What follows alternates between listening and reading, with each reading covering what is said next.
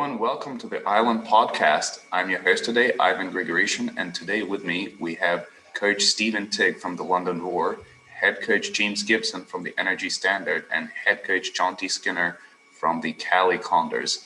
Hello, and thank you so much for making it to this podcast. Hey, Ivan. So today's a huge day. This is the match analysis of the final. I'm so excited I can't put it into words. And as we get started, I kind of want to take a bit of a different approach to this. Typically, my first question is, what was your approach coming into the match? What was the strategy? Clearly, this was the all-out match. There's no point of asking you guys if the team was going to go all out. So I wanted to ask you,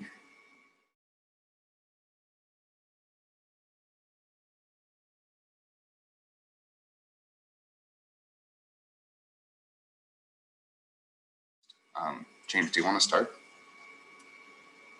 It's trying to remember it now. It seems quite a long time ago. We're probably closer to season 3 now than what we were to the final. So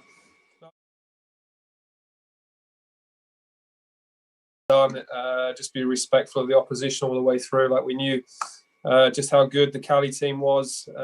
They showed us a clean pair of heels in the first match. But we were building through the meets. We were getting better. London were exceptionally strong. LA had some awesome swimmers in there as well. But going into the final, we were excited. Anything could have really happened. We needed some of the Cali guys to swim down a bit. We needed some of the other guys from the other teams to swim up a bit to steal some points.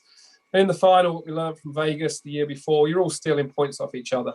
That every team's got great athletes, and some events you're going to do well, and you're going to go through periods where you're actually losing. It's a bit like a Rocky match. Some rounds you're in front, and that other rounds you're on the ropes. But it was just really to let the swimmers know that you're going to get difficult periods. Take your eyes off the final point scores, because there's going to be periods where we're way down, there'll be periods we're way up. But to get out there and just do what we did last year, enjoy ourselves, and just improve on what you've done previously. What about the state of the team? Was the team sort of fired up for the final, or were they already tired from the season, sort of ready to wind down a little bit? What was the atmosphere? For my guys, they were pretty broken after the semi-final. They had 4 matches pretty much in 10 days. So 6 days of racing over 10 days. So they were pretty beaten up. But they had a week. It was strange. They had a week off after the semi into the final. They looked $1 million. They all kind of popped out of their fatigue when they got to the final. They were excited. There was a lot of things going on that week. It was strange. It's 6 weeks on camp. Some people were tired. They were thinking more about going home. That was a challenge as well after the semi-final. Bizarrely, when the teams that made the final, there's the mindset starts to shift. People are packing before they have to leave. So no, we kept the mindset going. Like, we kept them good. They were in a great place, and they were excited to just finish off what had been a really, really amazing 6 weeks. Thank you, James. Jonty, how was it for the Cali Condors? I mean, what were your final words of encouragement, and what was the state of the team coming into the final? Funny enough, we had a team meeting after the final, which is probably we didn't have too many meetings. Like, I didn't have meetings between competitions. We had meetings before competitions, but we didn't have anything after any meet or after any session. The only time we had a meeting after a session was after the final. And we were just going around the room talking about some things, and Caleb got up and said, I'm not sure I ever heard anyone talk about winning ever one time. And I say that because afterwards I said, I'm pretty impressed that you realize that I never ever in any meeting, didn't matter whether it was a regular duel or a semifinal or a final, I never ever talked about winning. Never ever talked about outcome. Never ever talked about what ifs and stuff like that. All I talked about to them was how awesome they were and how awesome they looked and how ready they were, and just really made the focus of really preparation was to have fun as a group of people. I mean, when we started out the whole season, I said this is just going to be really an awesome life chapter, in your book. this chapter in your book. You're going to look back on it with fondness. It's going to be great. And so, to be honest with you, with this team, and there are a couple foreign kids. For the most part, they're Americans. For the most part, they know each other. For the most part, they're pretty friendly with each other. And there was already a great dynamic within the team anyway. They got along like a house on fire. So my job really was just to keep them stoked up, focused, feeling good about who they were and what they were about, and then just let them go, just let them do their thing. I feel like if you get too much into the what ifs and the numbers and the where things are and the ups and downs and stuff like that, I just let's just go. I mean, when you scored the meet before the meet started, there was a very, very close margin between Standard and the Condors. I mean, I think there was 3 points separating based on seat times, 3 points through all those events based on seat times. And then the Raw were a little bit back by about 30 points. And then the Current were way back by about 100 points. So, it was going to be close. They knew it was going to be close, but, to me, it was more about having fun than it was having, just enjoying it and having fun. And I think they really worked hard at doing just that. Thank you, Jonty. And yeah, their approach clearly worked out, evident from the result. Thank you. And Steven, what about the London Roar? What was the final meeting like, and what was the atmosphere of the team coming into the final? Because you guys were a resilient team this season. I feel like you had to have a powerful speech before that last final. Yeah, that's one of Mel's fortes, is riveting speeches. I think one of the things we spoke a lot about at the very start of the whole campaign was the privileged position that we were in, and what we could give back to the wider sport and everybody that was going to be watching. And two of the things we really picked up on was, to give people a little bit of hope that might not be in the water or competing, and just to try and inspire those people that, not to give up on the sport, but to keep going. And we certainly reiterated that before the final. We did speak a lot about resilience. We never really tried to mention too much in meetings about the individuals that we were missing, but tried to build up the guys who had came in to replace them. And the one thing we did speak about before the final was, I think we worked out how many individual swims there were, and just how many opportunities that then presented to the collective as a whole. And the more we could show ourselves in every opportunity, then the stronger we would be at the end. I mean, we knew off the back of the semi-finals that it was going to be really tough, but we also knew there was some great opportunities for each individual in the team to do the best they've ever done, and we just really wanted to reiterate that. And you guys definitely went after these opportunities. I mean, you got a world record. But thank you, Steven. And with that, let's dive into the match itself, and let's have a look at the first event. And it is the female 100 meters butterfly. And straight from the get-go, every team had a representative here in this event that had a good chance at winning. It was kind of a cool event to see in this regards. But Steven, to start off from the London Roar, Emily Large and Marie Wattel. I mean, Emily Large probably didn't have the race of her life, 58.6, but Marie Wattel, 55.72. I mean, from one point of view, London Roar only received 4 points for this race. But from another point of view, I believe 55.72 for Marie Wattel is an amazing result. Would you agree? Yeah, I mean, it was probably, Marie was pretty beaten up through the qualifying rounds and even the semi-final, and we felt that we could use the week that we had to freshen up as many people as possible, and she was one of them. And it's funny because it's the first event, and it can really set the tempo for your team. So it's always important to get one on the board. And I think it was the first event last season as well, the women's 100 fly, if I remember correctly. And Marie always stepped up and done a really good job. So, she knew that from a team point of view, for her to go in there and perform really well was important. And I think she handled her own internal pressure of doing that really, really well. I don't think it's far off her best time. It might have been a best time. I don't claim to know them to the 100. So yeah, it was a great result. But the quality of the field's just so high, particularly in the short course pool, that 55.7 gets you fourth. And unfortunately, Emily, we had in for the 200 fly, did a really good swim for her, and was jackpotted. So on the whole, it was a solid start. Solid start. Okay, thank you, Steven. Jonty, how was it for the Cali Condors? Erica Brown and Kelsey Daly. You guys had an amazing shot at winning this event also. 56.3 from Erica and 55.55 from Kelsey. 55.55 is amazing, right?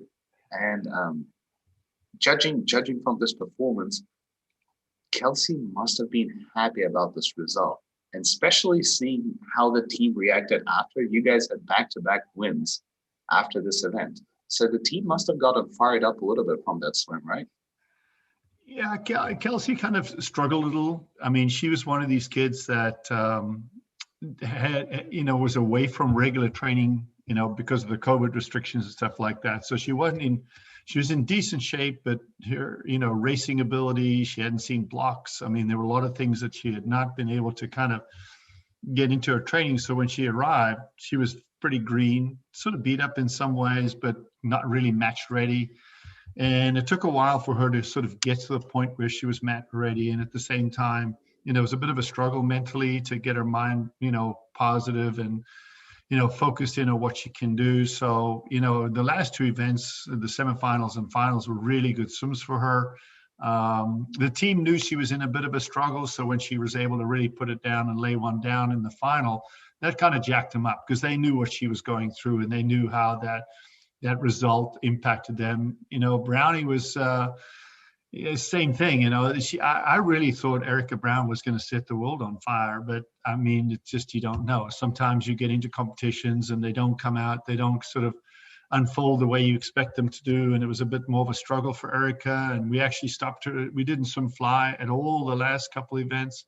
So like the last three matches, 3 and 4 in the semifinals, I didn't even swim her fly. We swam a backstroke and freestyle, and then put her back in fly in the finals, and she responded very well. But it was a bit of a struggle. So I'll just reiterate the same thing. I mean, when the team knows kids are struggling, and then they're still able to stand up there in the finals and put it down when it's on the line, then that jazzes you up. You might not win, but it gets good energy within the group. Thank you, Jonty. And Jonty, you might disagree with me upon this, but I believe throughout this ISL season, something that was evident is that swimmers with a highly kick dominant stroke, as to say, tend to get a little bit more wore down in the course of the season. It seemed like these legs were overused a little bit, and these underwaters seemed to sort of fade out for some of the swimmers. Not all at all, but there seemed to be a bit of a trend with the kick dominant swimmers doing a little worse by the end of the season. Would you agree with me upon this? To be honest, it's more relative to training and recovery. It's not necessarily strategy, and the strategy is going to put you in a hole by the end of it. When we go through a whole season, you do everything you're going to do. To me, it's more about how much you're training, how much your preparation coming in before there, what your base looks like, and then really what you're doing in the recovery. Because if you're doing all the right things and your recovery is good, then I think you're going to be fine. I mean, there are times when we get down at breaststroke, I'll talk about some things with Lily, but, the idea is that if you're doing the right things outside of the pool, I think everything works inside the pool. Thank you, Jonty. James, for the energy standard, Anastasia Skurdai and Sara Sjostrom. 56.3 from Anastasia and 55.3 from Sara. Now, 55.3 for Sara is an excellent result, especially throughout this ISL seasons with ups and downs. But that being said, the 100 fly is Sara's baby. And it must have not set well with her losing 3 100s to Beryl, right? Yeah, we expected to win that one, especially because Anastasia had been pretty quick as any of the others really throughout the regular season. Now, we expected to win that, but you know what? We knew also that the points were going to come down to the jackpots as well. Like, we knew how important it was. And then when we saw this year, I was with Tom, we looked at the results come in, and there was no jackpot in that event. So we were kind of like, this could have been a lot worse. This was one of our events. We wanted to take a few more points, get a few extra points on the Condors. But Beryl had a great swim. She dropped huge, and she just swam really well. There's sometimes there's nothing you can do about it. Sarah was a little bit up and down with. She was really getting back into things, and she was in good form by the final. But we lost a little bit with Sarah and her conditioning in the middle, which we would have obviously preferred not to have. But it's better to have a Sarah at 80-90% than not have Sarah at all, to be honest. And but that was a 55.3 solid swim. We wanted a little bit better, but it could have been worse. So we couldn't really complain too much. Did Sarah fully recover from the injury coming into the final, or did she still have some remaining pains? No, she was in a better state than what she is now, unfortunately, with the elbow. But but Sarah, this is another thing. What's going to make Sarah's going to be great for the rest of the year, because what you saw, she was battling all the way through ISL. Like, her back injury was pretty rough. Like, it was rough. But she wanted to race, and we didn't actually let her race the second match because we had to follow the medic. We have a duty of care with the medical team and everything. But she was still struggling. She was at 80-90%. She wasn't 100% ready to go. And like I said, you'd much rather have a Sarah 80% than not have her at all. So she's a Viking, and this is why she'll come back from her elbow. This has switched her on. So she's a good girl, so she'll be pretty motivated for the rest of the year. Oh God, I'm scary to even imagine what's going to happen when Sarah finally turns on. It's what was going on before this? Are we going to see a 23.50 fly long course? Well, I said I did a podcast a while ago. I think the women's world record in the 53 is nowhere where it should be. I think this should be 23 low.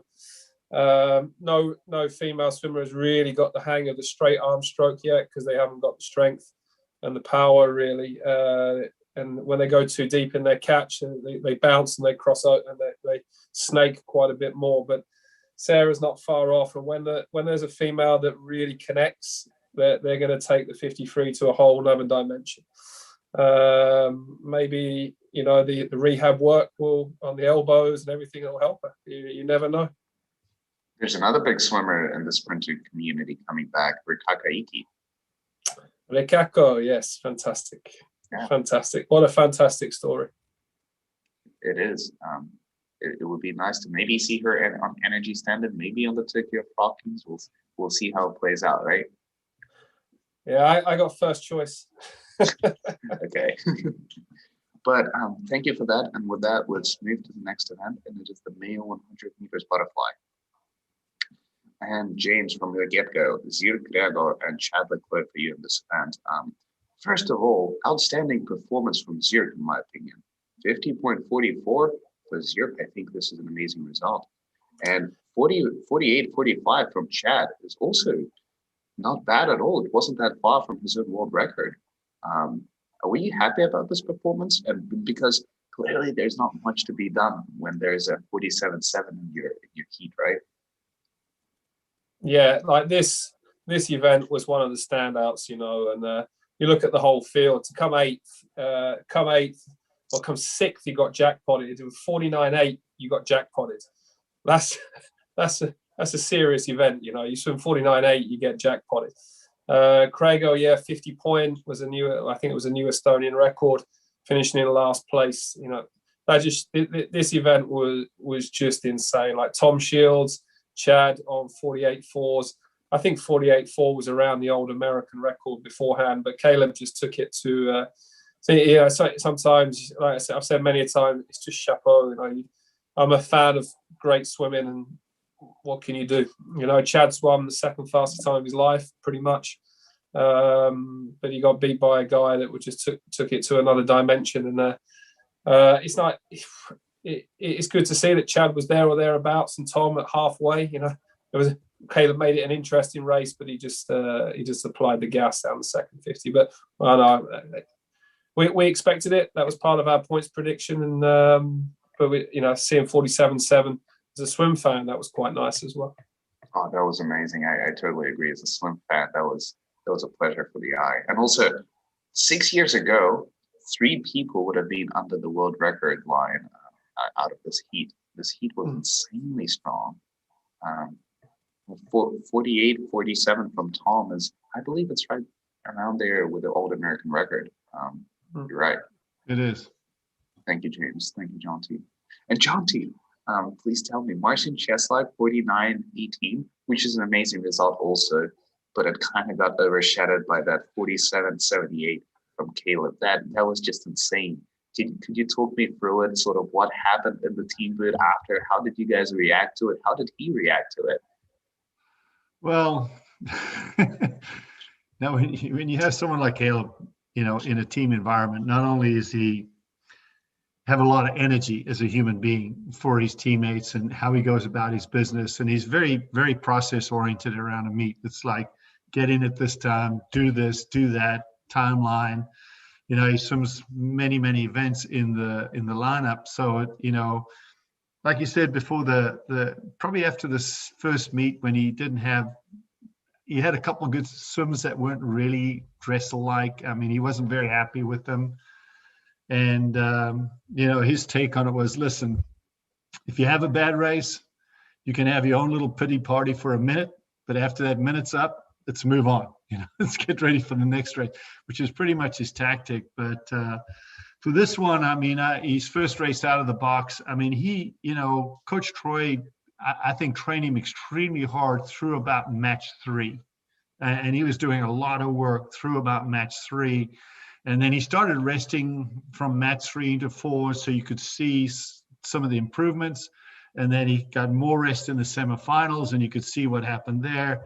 So this first race out of the box, it was going to be dangerous. I mean, there was no question about it. It was going to be dangerous. He had some issues just getting his timing right in his walls and his stroke counts, and that sort of solved itself in the semifinals. So he was ready to go. Mentally, he was ready to go, and he knew he could put it all on the line and leave nothing back. And he basically did, hit all his turns really well, and that produced the result that you saw. Marcin was just amazing at this meet. I mean, he's basically trains on his own. He trains himself. He doesn't train with anyone else. He trains probably about 3 to 4 grand a day. And he's the kind of guy that, when you go through the training camp, he does his own thing. He goes once a day. Sometimes he's in the water doing something that might resemble some work, but sometimes it doesn't really look like any work. And you think, wow, by the time we get to the fourth dual meet, the fourth match, he's going to start peaking, and we're going to be lucky if we get anything in the semifinals. And man, if we get anything out of him in the finals, it's going to be amazing. But he amazed me. That guy really amazed me, because he just got better and better and better. So he had to have done the work before we arrived. And I think he's a really, really good example of an older guy in his late 20s. I don't think he's 30 yet, but he's in his late 20s. And he knows how to manage himself. He knows how to manage his body. He knows how to recover. He knows what he needs to do to recover, to get himself ready for the next match, so he doesn't carry one match to the next. And I think was just caught up in the whole moment of being at the meet, wanting to race for his team, perform for his team. And I think really, really was able to do that match after match after match. For sure. And I believe that Marcin is also employed full time, right? He broke so many Polish records. I mean, every meet he broke new Polish records. So yeah, these are all lifetime best times all the way. Yeah, pretty much every time. He also has a day-to-day job he does outside of swimming, right? He does. I mean, he's a pretty organized guy. I mean, he's when you have conversations with him, he's really he's just really switched on, knows where he is, knows what's going on. Very in tune with the world he lives in today, and really enjoyable to have conversations with the kid. I really enjoyed the conversations we had. Thank you, Jonty. And Jonty, does the Cali Condors staff have a little celebration after a world record? Any traditions? Maybe, I don't know. No, I just know when you're going to high five Jason Lezak, you got to be real careful. Okay, it makes sense. That totally makes sense. Thank you, Jonty. And with that, let's move to our next event, and it is the female 200 backstroke. And Steven, for the London Roar, you had Kathleen Dawson and Kira Toussaint represent you guys in this event. 204.55 from Kathleen and 203.95 from Kira. Now, I wanted to ask you, there were a couple of matches where you decided to not race Kira Toussaint in the two back. Why did you decide to do it for the final? And are you happy with the outcome? Is this kind of what you envisioned, what she's going to go? Because 2:03.95 is not a bad result, don't get me wrong. And she earned her 5 points, right? But was it worth it? Was the strain on the legs worth it from the two back? Yeah, I think what we learned over the course was that if we put her in the 200 back or we didn't put her in the 200 back, it didn't make her 50 any better or worse. And we played around with that, and it actually didn't make her lead off any better or worse. It was the 50 back that tended to have more of an impact on that. We also knew that out with Kira and Kathleen, we didn't have any options unless we wanted to get heavily jackpotted or even penalty points for not doing the time. So I think in the final, what we asked her to do was to do a conservative swim, not to go all in, just something that we thought would consolidate. And we knew that she was unlikely to get jackpotted unless there's a really quick time. And to be fair to Kathleen, you know, she just went under the radar the whole way through the championship for us and was really, really solid. And that swim wasn't far off her best. But again, it was just, can we get in there? We didn't know what to expect, really. We knew that Emily Seebohm had been quick and that Nelson could be really quick, but we didn't know enough about her and short course meters anyway. So, yeah, for us to get 9 points in that was really good. That really consolidated where we were, and particularly the battle with LA Current that we were starting to get into. Thank you, Steven. James, for the energy standard, Susanna Jakobosch and Emily Seebohm in the female 200 backstroke, 2:05.16 from Susanna and 2:01.16 from Emily. Tell me about it. Were you happy with the 2:01.16? Was Emily happy with it? Because in my opinion, just looking at this race on paper, Emily was the favorite in my eyes, and she didn't lose because she underperformed. She lost because Peter Nelson had just an outstanding swim, right? So how did the team take this? And this was kind of a big, no disrespect intended, but a big L for the energy standard, because this is your main rivals, also Cali Condors. You can't afford to lose events that you guys probably are the favorites in, right? Yeah, no, this is much like the 100 fly. We expected to win this, so we were now, as our third race in with no win on the board, and yeah, it's important to get the victories. But you know, again, Emily swam great. She was one of our leaders throughout the whole ISL, the whole way through. She was just good. She was good energy. She was good for the team. She was good to be around, and she stood up every match, and then she delivered a very, very solid swim again. It's another solid performance from Emily, and but you know, you can't control it. What's next year? It's not open water, unfortunately. We can't get in the lane or pull the leg back, but or that they don't officially do it, but obviously they, you know, there's open water guys are a special breed. But no, yeah, but Susanna swam well, 2:05. Just unlucky to get jackpotted, and that was another little hit that Cali got first and third. But you know, you can, again, some team sport momentum. Cali went back to back. You know, you can feel that on the deck. You can feel that on the pool side, and it wasn't quite the start we'd wanted, but it was also nice to see that our guys were competitive. You know, we were swimming well. That no one had dropped form from those first 3 or 4 events. Did you feel like the meet was kind of slipping out of your hands at this point, or were you still fine with how it was all playing out? Not after 3 events, but I would have preferred. I would have preferred 2 victories or 3 victories, but there's not at this point. But we were, you know, I'm very much a coach that will always look to what's going on as well, and the fact that, you know, the guys was maintaining their level. There's always that fear, like what's going to happen between the semi and the final and the final. People get sick. We had some illness. We had some tired bodies, but it was nice to see they turned up. They just showed up again, and they'd all responded quite well to that week off. Thank you, James. Jonty, another win for the Cali Condors.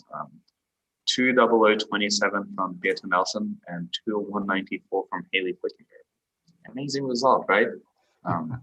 Did you guys give Haley Flicking a rest before this one? At least before this one? She did, and she trains with Bob Bowman, and they were. I think the very first match, in match one, we were racing against Energy Standard. She did like a 6,500 meter session in the morning, with the meet in the afternoon, and that was pretty standard for her. I mean, she'd be doing stuff like 8 300s in the morning session, and then swimming the meets in the afternoon. And then Bob got pretty excited about the whole thing for some reason. And it was the only game in town. It was the only real competition. So I think the home coaches got involved a little more than they normally would. And, I think the energy from the team was kind of, filtering back to the home coaches that were necessarily here. I tried to do a really good job prior to the meets to give them information about the competition, what the scores looked like, what the options were. I gave them a pretty good breakdown of what to expect and stuff like that. And I try to keep them very involved in and engaged as much as I could. And I think that sort of helped him sort of make that decision, number one, to lead them there, because there were quite a few kids on the team that were planning to leave after the fourth match and not be there for the semifinal and final, which would have been really hard. And they ended up staying because, Bob felt like it was a great environment, great racing environment. And then he let her rest for a week. She's like, yeah, I get to rest, and then she got all excited about it. And I think that sort of added to her sort of energy in that first race. So I think Haley was really jazzed up. And I mean, she's that kind of kid. I mean, she just works hard, trains hard, and just takes all that energy into racing. So I didn't see any reason why she wasn't going to be able to go faster and faster. And, she was anywhere close to you on the last 50. She was coming, she was coming. So. And then Beta was a rookie. It was her first year in the ISL, and she struggled a little bit out of the box. Not bad. I mean, she raced well in the first match. But people have seen Beta race at the NC2A level, knew what she had to bring. And I think the more she raced, the more she settled down. And then when we lost, some athletes that left of sickness. She had to take over IM duties. So this was her only really shot at a good backstroke, clean, with nothing in front of it that she could kind of get after. And I thought she was going to break 2 minutes. I felt like even after the very first race I saw her swim in match one, I said, listen, Beta, you get this sorted out, you get the timing down, you get your turns sorted out. I think you have a good chance of breaking 2 minutes by the end of it. But man, she loves to race, and she's a racer, and she's not someone that quits on the last 25 ever. So, made for a really good race. Thank you. Yeah, it seems like Beats, especially at the beginning of the season, she was always so bubbly, so open, so happy at every meet. Yeah. But during this final, she seemed like she was just a little bit more serious, just a little bit more dialed in. Yeah, maybe so. I mean, she had a patch, and she had a bit of a purple patch in the middle where she got a little homesick, that it was always going to happen maybe to some of the younger athletes, or the early, first year pros that aren't used to 6 weeks in the environment and everything. So she had a period where we had quite a few conversations about, where she is and her professionalism and how to manage it and handle it and stuff like that. So maybe what you saw at the end was that just more of a professional, more of like, okay, this is my job. My job is to get ready for this race and execute in this race. And, it's one of those other things that I talked a lot about in the early part of the 6 week period, the 7 week period, was about doing your job. You're professionals, what to do your job, make sure you do your job. And then it was just about teaching them how to do their job, or giving them insight in terms of how to do their job. And then, like I said, that's still that. I mean, if you hadn't had a conversation with you and you don't meet her face to face in these types of settings, you just realize she's just one of these really alpha dogs. I mean, she really gets after it, and really enjoys the racing environment. hates to lose with a passion. All the ingredients need to be exceptionally good. So I think she's just going to get better and better. I mean, I think it was a great experience for her. I think the ISL format's sort of made for her body type, her underwaters, her event characteristics. I think she's going to be a great competitor for many years. Thank you, Jonty. And with that, let's move to the next event, and it was the male 200 backstroke. And Steven, a question to you for the London Board: Christian Diner 149.33 and Luke Greenback 148.65. That was a huge performance by Luke, wasn't it? Yeah, it was. I mean, it was brilliant. Both those boys, to be fair, started match one really good. I think Christian done a best time in match one, and we felt by the final he could be, time in match one plus maybe two. But he's gutsy. I think he likes pain. He seems to enjoy putting himself through the mill. He's just a really tough competitor. So for him to go into the final and drop again was great. But Luke was just exceptional. His back end 50s the whole way through the ISL were just insanely fast. And I think he was joint fastest back in the whole field. Really excited to see what he can do long course this season as well, to be fair. But yeah, again, it was fourth and fifth, exact same as the girls' race. It was 9 points, and the quality of the field's just, it's insane. It's so for staggering, those guys to be in there and be competitive was great. Thank you, Steven. And James, for the energy standard, this was the first big one. This was the first big win, in my opinion, because Yevgeny Rilov with a 146.37 made a huge statement. That was quite the dominant win. But from another point of view, Clement Kolesnikov, 149.92. Knowing what we know now, what he's about to do a little bit later in this final, don't you think this is somewhat of an off performance, just a little bit? No, Klim's race was quite good. I actually didn't really want to swim him in this. I wanted to give him some more rest because we knew he was in great shape for the final. Like we saw the Cali Condors, they threw the points there with the second swimmer. That's all the tactics involved. Like we did it in quite a few events as well. But we originally wanted to not swim Klim in this, but Dmitry Lazarev, who works with Klim, he said, he gets better. And I'm like, well, Klim's world record came after a 200 back, 100 free, and then that's Caleb Dressel-esque, So Klim shows some very similar qualities. So that wasn't a bad swim from him, and he went all in. I look at him, he got out, and he's a sprinter doing a 200 back, so he's screwing, afterwards. But he went everything he's got. And sub 150 is a solid swim for Klim. He's a bit bigger than what he was 1 or 2 years ago when his 200 was really flowing. He's really matured. He's becoming more of a man, and becomes a bit harder for the bigger set guys, the 200s, especially the 50-100 guys. He's world record holder in the 50 long course as well. So you put him in that sprint bracket. But with the guy that is still doing the work that's necessary at his age. But no, Evgeny was awesome, and we knew Evgeny was going to pop here. It was interesting. We heard him swim down. Like I could hear some of the other guys like, "Man, where did Rilov come from?" He's been doing 6K a workout every workout all the way through.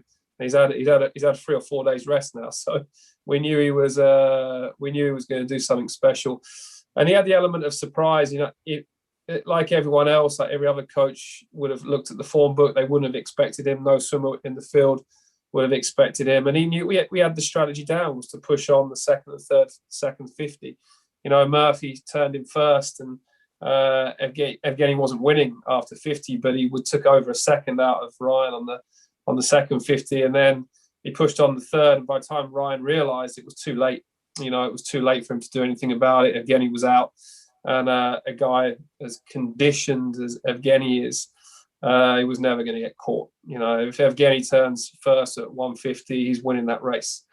Evgeny was one of our stable swimmers throughout the whole of the ISL. It was just awesome. And he put his focus, him and his coach, they had their plan. It was just for the final. was kind of my fault that as well. They asked me months in advance, like, what's the priority? Is it the heats or the final? I told them the final. So they stuck to their word, and Evgeny delivered a super swim, and that was a big statement for us. Got some jackpot points as well. Took a point off the Condors, so it was a real strong one. Thank you, James. Yeah, and the way Evgeny slammed that was just it was amazing. The way he just nailed in every turn, because every breakout was damn near perfect. It was amazing. Thank you, James. And just a quick question regarding Klim. You mentioned that he's a real sprinter, and that he felt that 200 backstroke. How the hell does he recover before that medley relay? And we'll get to the medley relay, but what did he do right after the 200 back? What did you tell him? Did he go straight to the warm down pool? Was it old Dmitry Lazarev maybe doing some prep talk as much as he can? Oh, with Klim, it was, he was visibly hurt, after the 200 back. Hey, David, how are you? Just to see it down, just coming. Hey, David. Klim was visibly, he was hurting, but he was used to the triple swims. He'd done that in the semi-final. He'd done that before. So, it was just get him into the swim down pool as quickly as possible. I liked my sort of management out the back. I spent during the competition, I spent most of my time out the back working with the athletes and not in the box, because when I'm in the box, you can't really change the result of what's going to happen. You're just there as a cheerleader, really. So we got hold of him, we got him in, we got his recovery done. A lot of the staff are out back working around him. The massage therapists are on him straight away. And it was really just making him feel good about what he's done. He actually had he broke 150, so he was feeling pretty confident. And but it was a quick turnaround. It seems really rushed, When you swim traditional meets, you've got one event to do, or maximum two per session. This was just bang, bang, bang. It's like, oh, Klim, you've got 25 minutes, you're fine. You've got ages. So it's interesting, your vocabulary at ISL versus your vocabulary at other meets is totally different. Yeah, that's funny. It's hearing, oh, you got 20 minutes before a race. You got all the time in the world. Don't worry about it. Loads of time. Don't worry. At a typical meet, that would be, man, you got only 20 minutes to go. You should be stressed out right now. You should be standing up there already. Yeah. Well, we have FINA have some rules. You have to be at the call room 20 minutes before. So, Thank you. And with that, let's hop into our next event, and it is the female 4x100 medley relay. And Steven, from the get-go, question to you. The B relay of the London War was Dawson to Laser to West to Hopkin, and the A relay was Toussaint to Atkinson to Wattell to Anderson. First of all, what a performance from Freya Anderson. 50.4 to bring you guys home. That's almost good enough to be up there in the men's relay, to be honest with you, the 4x100 freestyle men's relay. But could you tell me a little bit more about Aliyah, this relay? Because we've already seen Aliyah be sub 103 in the season, and to see her go 103.56, it seemed like something was off. Or was it just like not the perfect race for her? Could you walk me through that? Yeah, I think I said in the last podcast, Aliyah had been nursing a bit of a groin injury, probably for the last 2 or 3 weeks of the championship. So there was a few issues going on. The 102.6 was just, exceptional in the semi-final. Struggled to understand where it came from or how to replicate it. So that was a bit of an issue. I think what the strategy was, we took Kira out the 50 back for this one, and we knew that we had to be as close as possible the whole way through to give Freya a chance to get back in front. And I just think probably, I know Kira was really frustrated after her lead-off leg, and we just couldn't get the edge in the race. So I think when Aliyah went in, there was probably a little bit of panic in terms of chasing, and she probably lost a little bit of efficiency in that part of it. And to be fair, 3:45.1's incredibly quick in the back end from Freya and Marie on 54.9's exceptional. We did have the strategy of, everything has to be around trying to win this race, because we really felt we had a chance if all the girls swam to their best. And to be fair, they all done a great job on the balance, but it was, again, I think it was maybe a world record or close to it to win it. So it was just another one of those races where it was so quick to win it that you could swim incredibly fast and come second or third.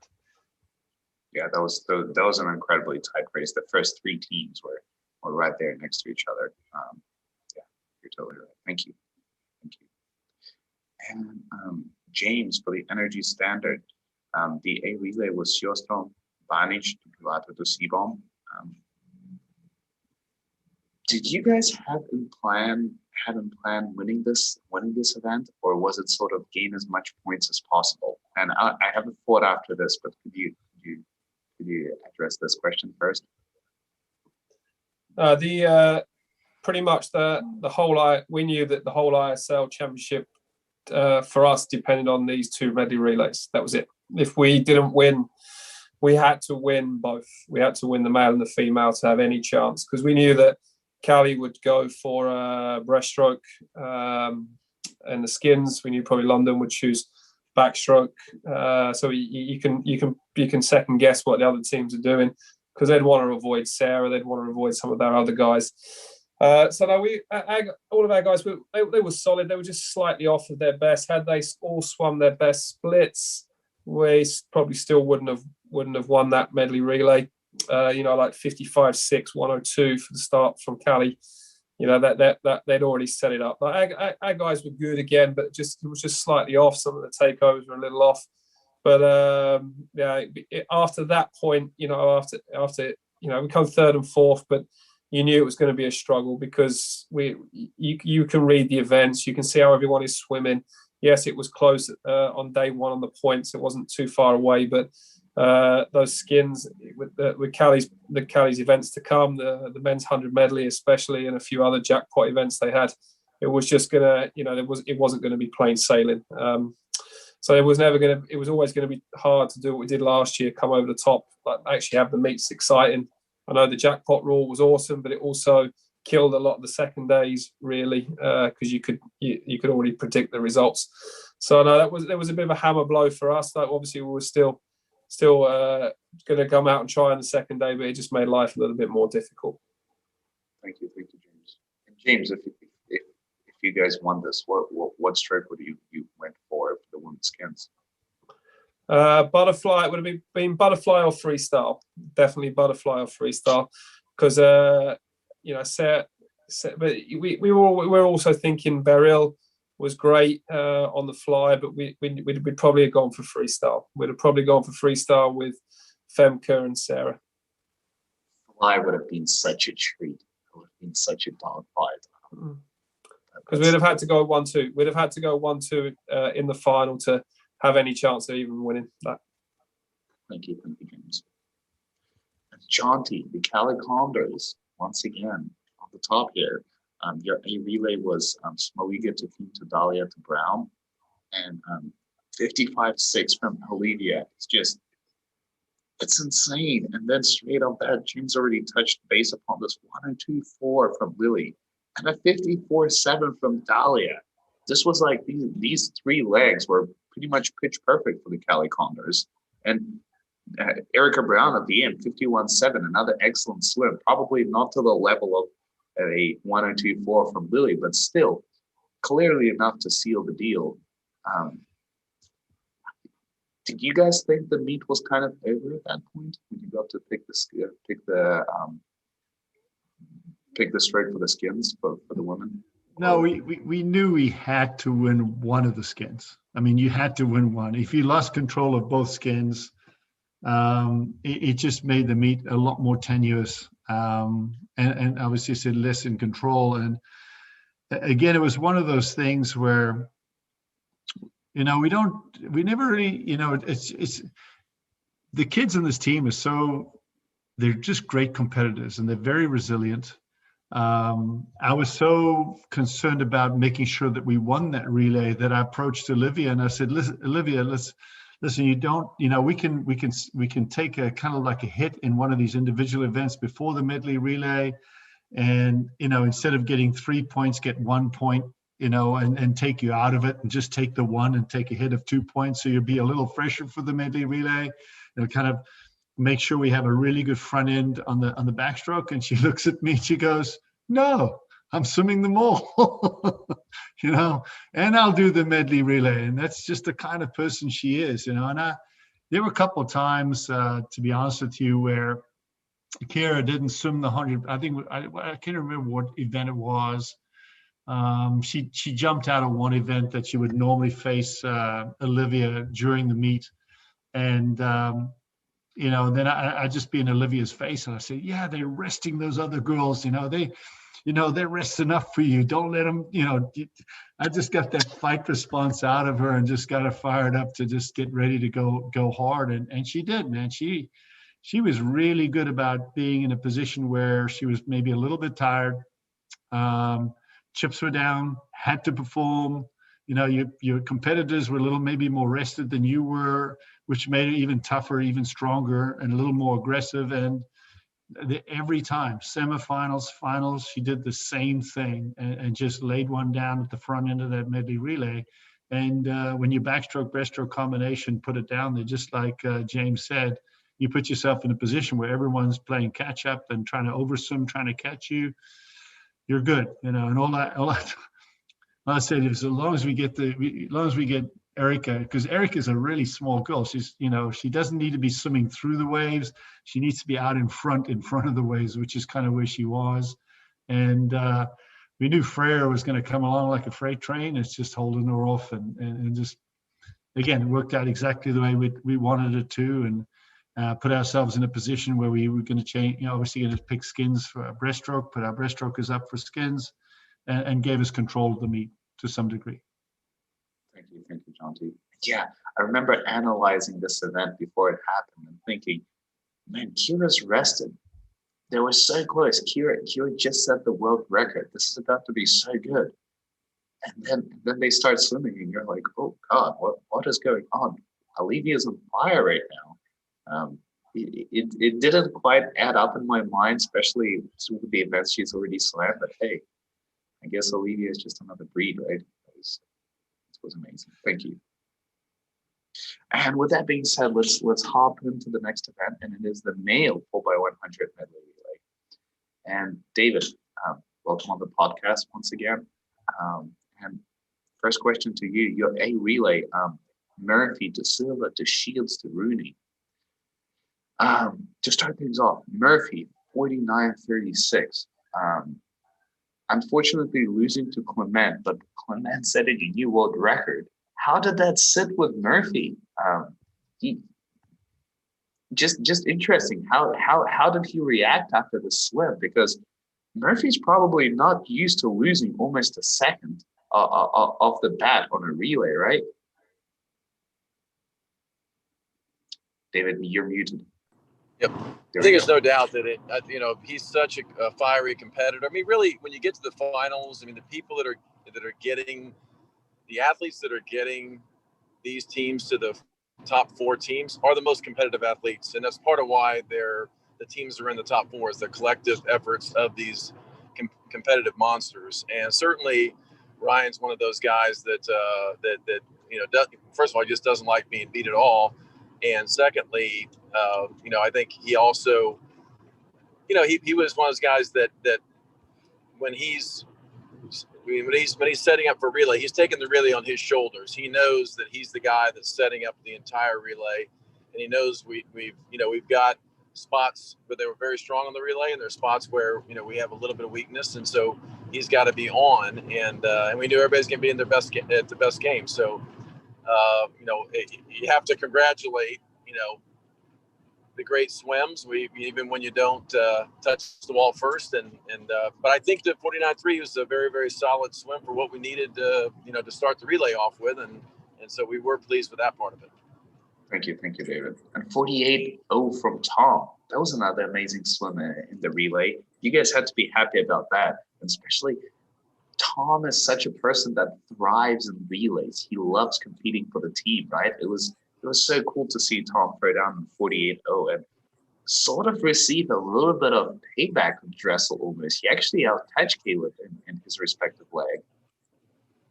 Yeah, Tom has had a great series. I mean, he went throughout the meet and throughout the competition. You know, Tom was reliable. He was always fast. He would do any event you needed. Last year, we actually used him quite a bit in quite a bit more different events, like the 200 backstroke on several occasions. This year, we didn't have to do that, so that I think that helped him a little bit. But you know, Tom really, his approach this year as a professional swimmer, I was so proud of, not only because he performed well, but because he also sort of played his role really well, which, you know, his role as a leader in doing the key swims and fighting real hard and swimming, you know, swam on just about every relay we had throughout the meets. And so he would carry a big load every meet, and he looked forward to it. You know, that's one of the things that, you know, Tom loves short course. I mean, Tom is I would say one of the guys that's really made for the ISL, and I know he's looking forward to many more years competing in this league and helping to launch it into new levels of performance. So I think he's one of those guys that just, you know, last meet we were all sort of in celebration mode because we were happy to be there to some degree because we had to fight pretty hard to get in the top four.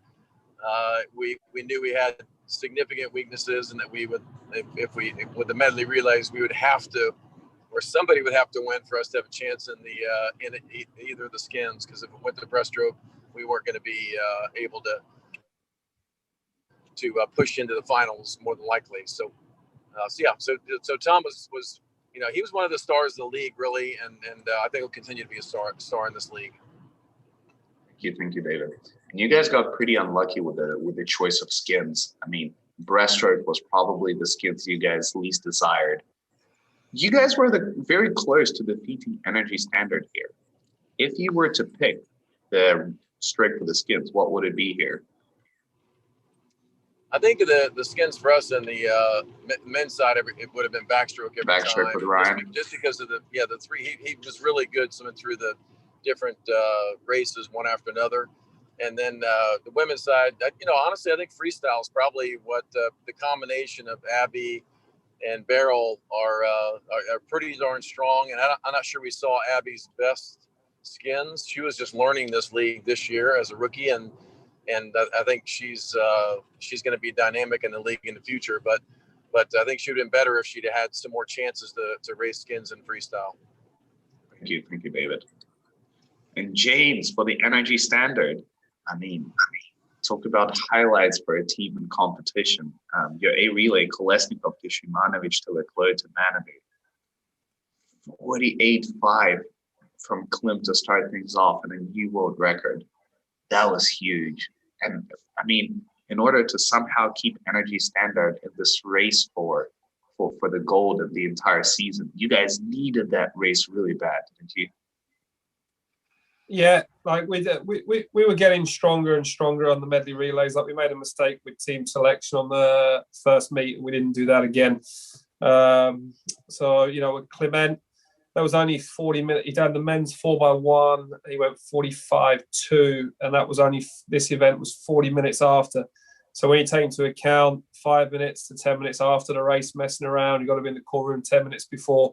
He only really had 20 minutes back around the team area. That's not a lot of time to swim down, get a new suit on before he was back round. And then to go 48.5 was just phenomenal. Like, he wasn't even really out exceptionally fast, where, you know, he was behind Murphy at halfway and he just destroyed everyone coming home for that second 50. But, you know, what was interesting about the race was we were like 48.5, 55.1. And there was still three other teams in it. You know, they're exceptional swims. You know, they're crazy swims. It's like the fastest front end there's ever been. Still at halfway, it's still a race on. We're like, well, I remember turning around to Tom and saying, "This is not done. this is not done yet." And I'm like, well, how is this not done?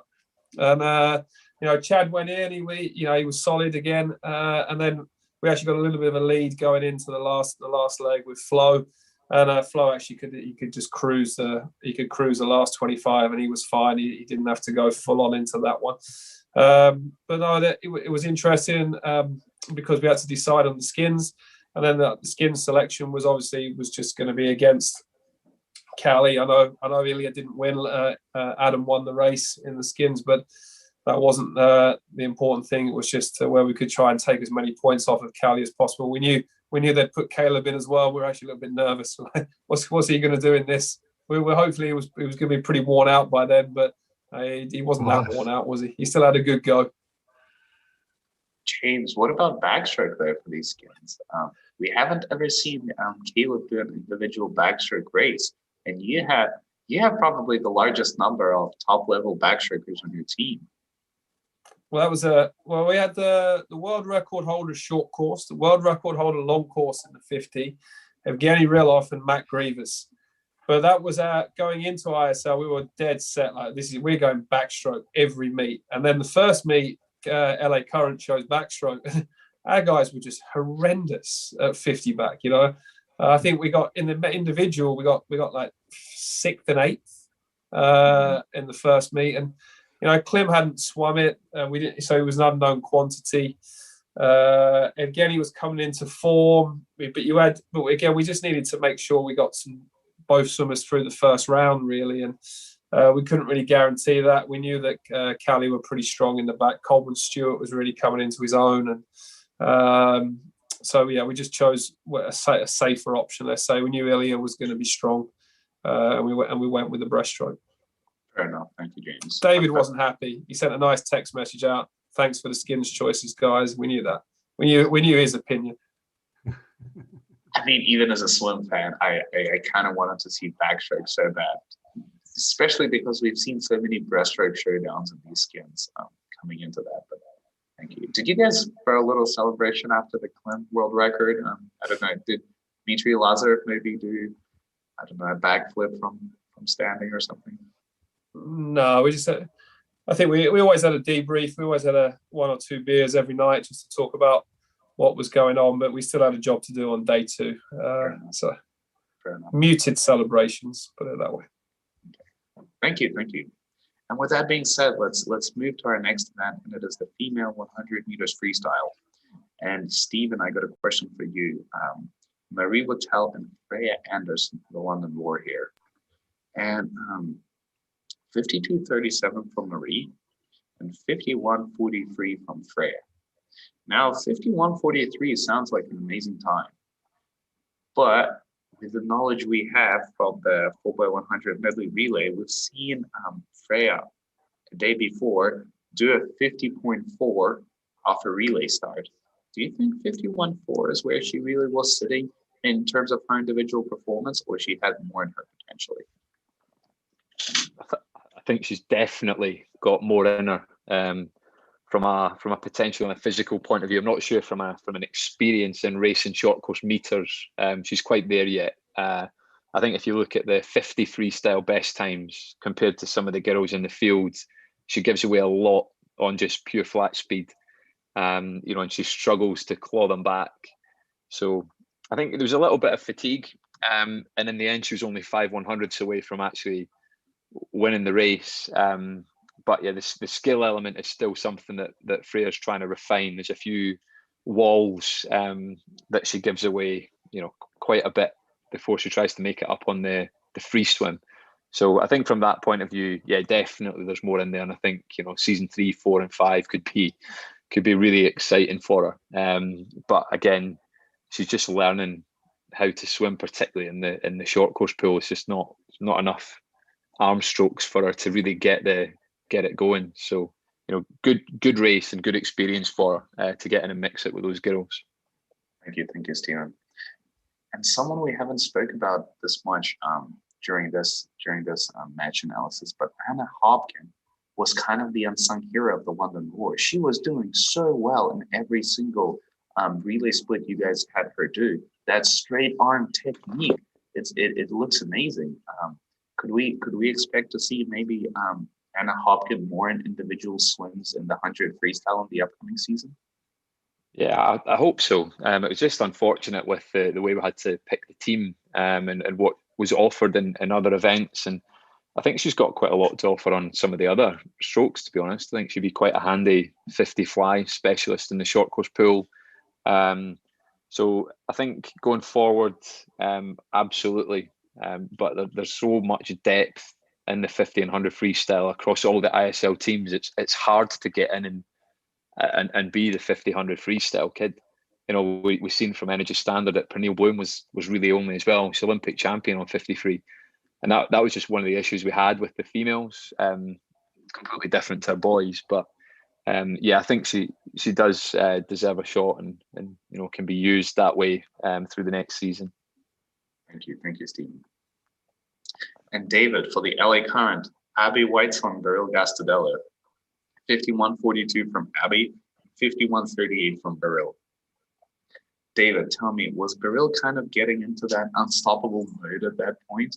Because it seems like she had a bunch of swims by now where she was, you know, quite close to the second place, but somehow she just manages to pull it off. And at that point, to me, it seemed like Beryl was kind of unstoppable. Well, I think she's very, very competitive. That's no surprise to anybody.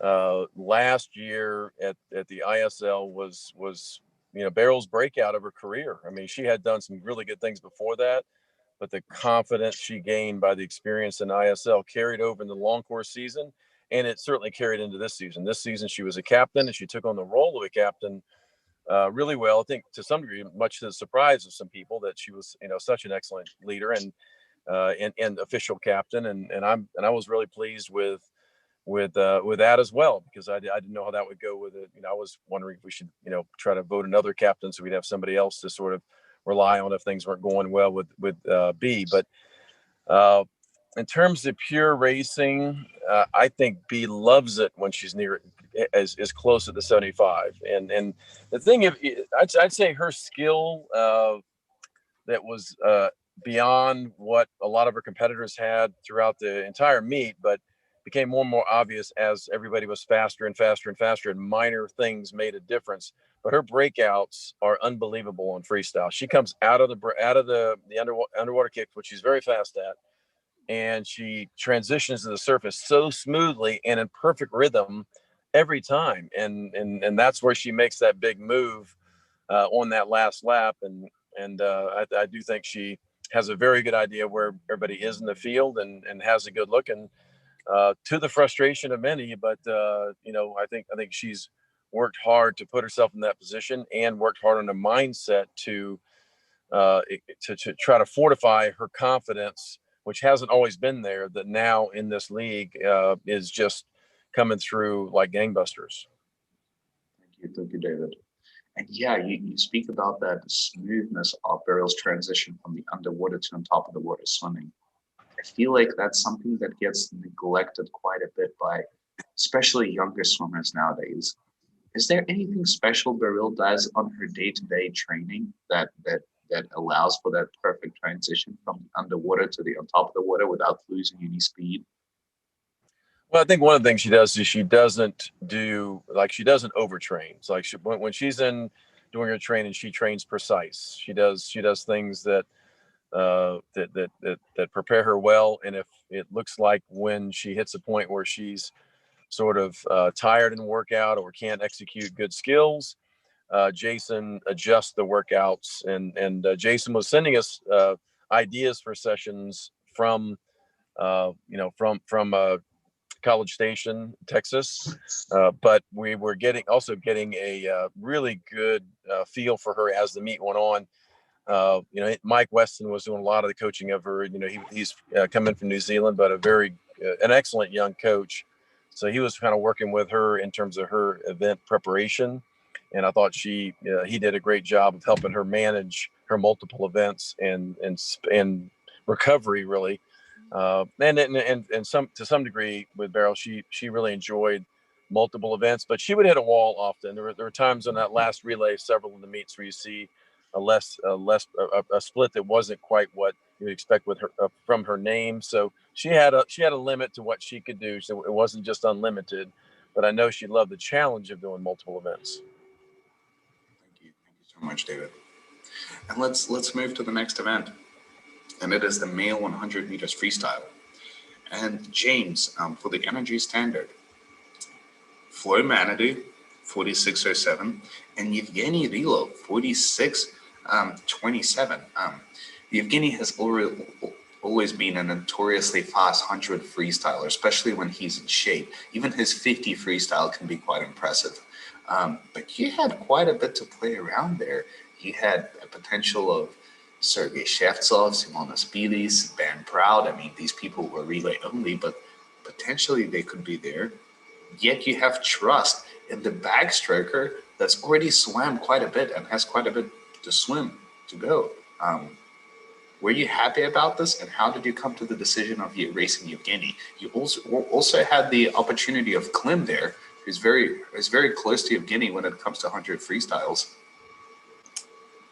Yeah, I think Steve touched on it earlier. You've only got you only got 12 swimmers that you can place in the individual events, and sometimes that works out good for some people, and then for others, it doesn't work so well. But around the second morning, there was always a headache around the 100 backstroke, the 100 free, 100 medley. There was some quite big sprint events and where to place a few swimmers. And Evgeny, Evgeny, we knew he was going to pop, like we said before. He wasn't rested until the final, so we had a lot of confidence he was coming in. Did we expect to go 2 and 3? No, we didn't. But it was a fantastic result. Like we knew we couldn't do anything about the guy in the gold cap. I think it was Jonty in the final. Couldn't do anything about the guy from Cali Condors. The American lad. He's pretty quick. So we were just trying to pick up the remaining points. But we come away with 13 points out of that event. It was all pretty solid. And it was a little bit more than what we'd hoped for. We were disappointed in the women's event before not getting the touch. We expected to win that one, but this kind of made up for it a little bit. Thank you, James. And 46.07 from Flo. Is that an okay result, you would say? Because I know that probably, from my perspective, and you might disagree with me, but I think Flo definitely had like a 45.7, 45.6 in him. But it would have changed anything. It would have changed absolutely nothing, right? Mm-hmm. No, yeah. Flo went in. He did his best, and Flo wasn't really. At these meets. He wasn't greatly conditioned for the hundreds. He's still, for him to go 45s off the work he'd done, and was very impressive actually.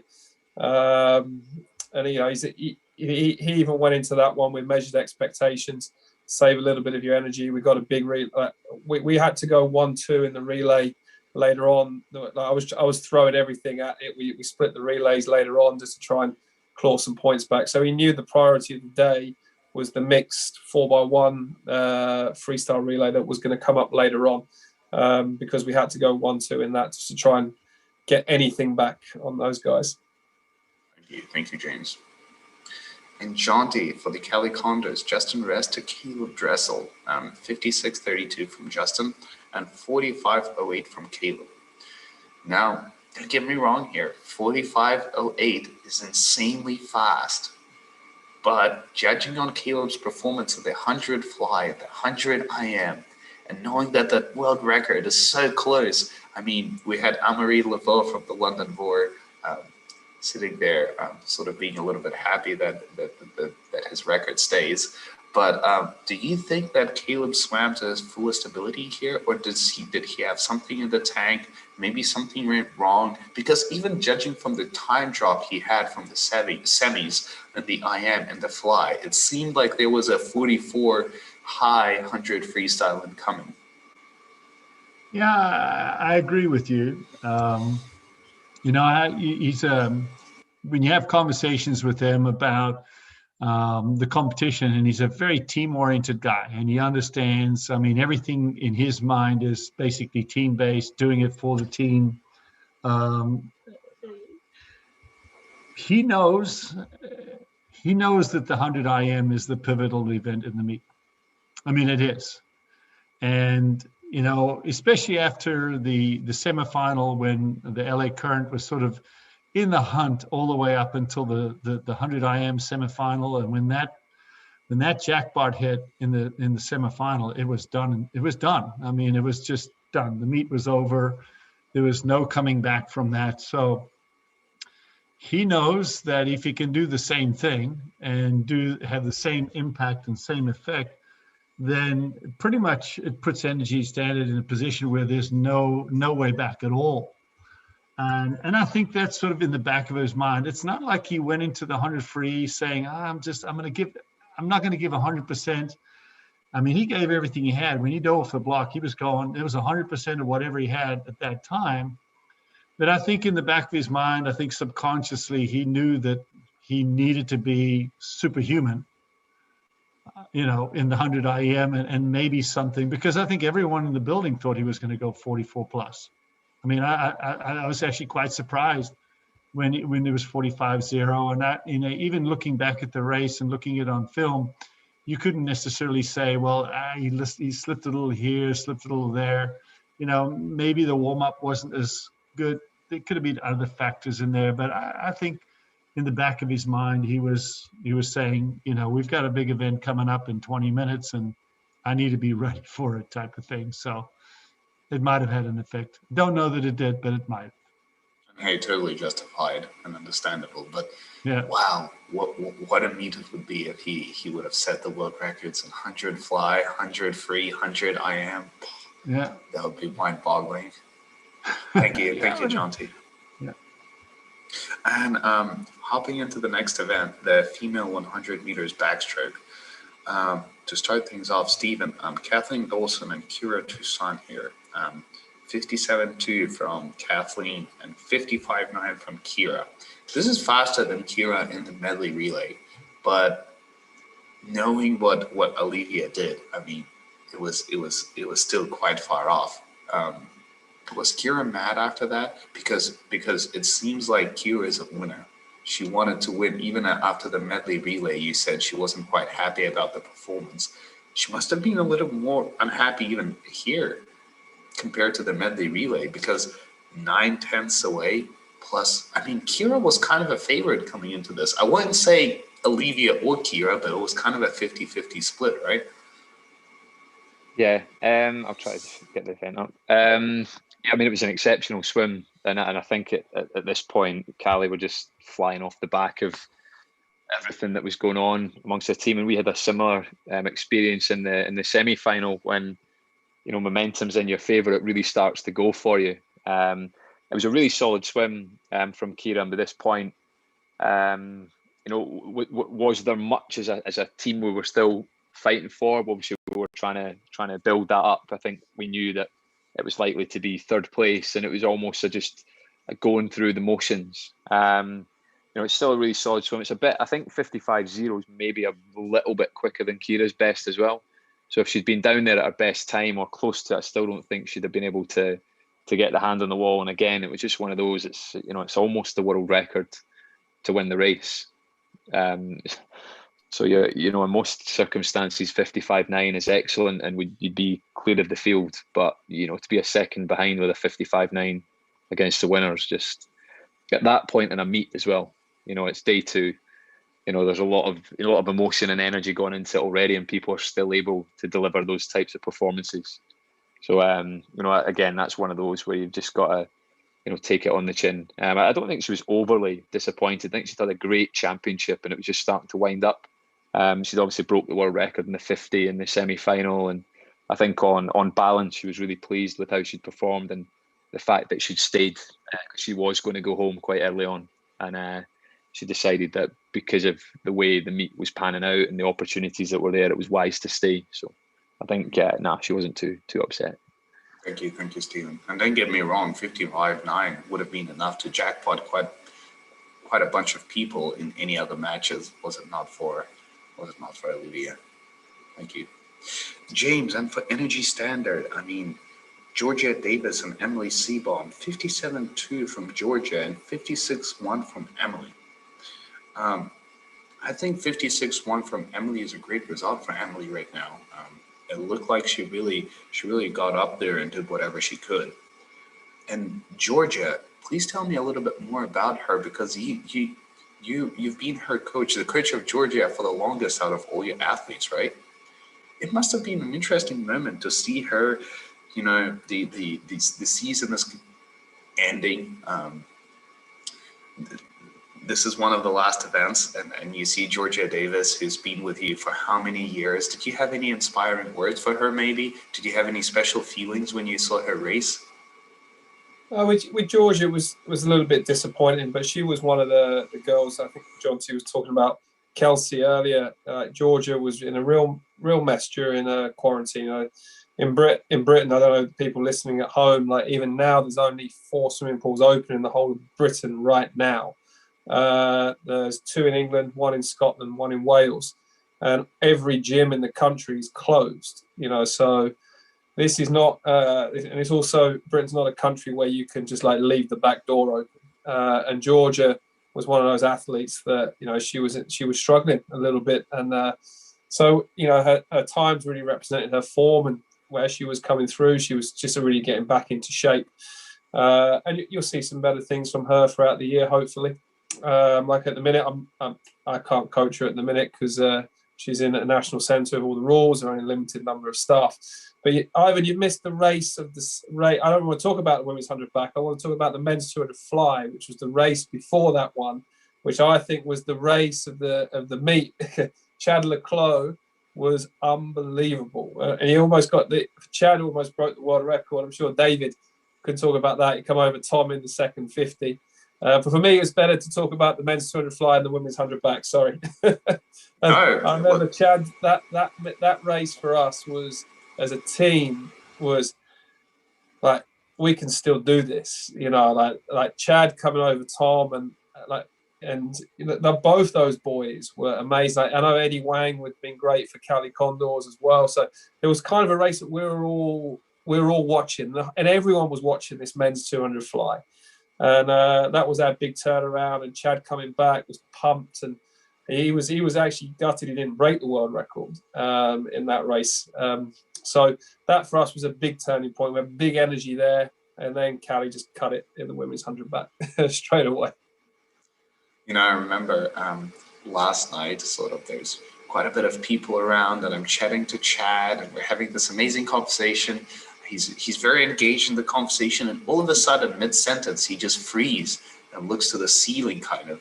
I'm like, Chad, what's going on? What happened? He's like, sorry, man, I just lost track of the conversation. There's the 2 fly, a replay of the 2 fly on the screen right now. There was this little screen on a TV in the corner of the ceiling, and Chad was just glued to it. He's like, this was one of my best performances all time. I have to re-see this. This was amazing. So, yeah, no, that was for us. And we did on Instagram, we did a public vote, and that got the race, the championships from the public. Really? Well, from our group, yeah. We did a lot of it over Christmas. We did it just for fun. We did some team awards. And we had a fantastic response from the public. Just doing the votes on the Instagram stories was unbelievable, and that was one of the swims, the male swim of the championship, and individual. I know Clement got the world record, but that for us was a real good swim. Justified. And now I feel bad for not adding into the initial list. It's all right, Ivan. It's all right. But we're getting sidetracked with 55-0 there, and I need to just bring it back onto us a little bit.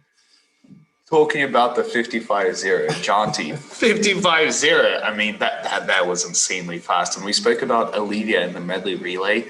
That it was amazing how she swam so many events, and then she still stepped up and swam so fast. And I kind of had that thought in mind that maybe Olivia is one of these people that the more she races, the faster she gets. But as it is evident from here, Olivia is even faster when she's fresh. Jonty, you're muted.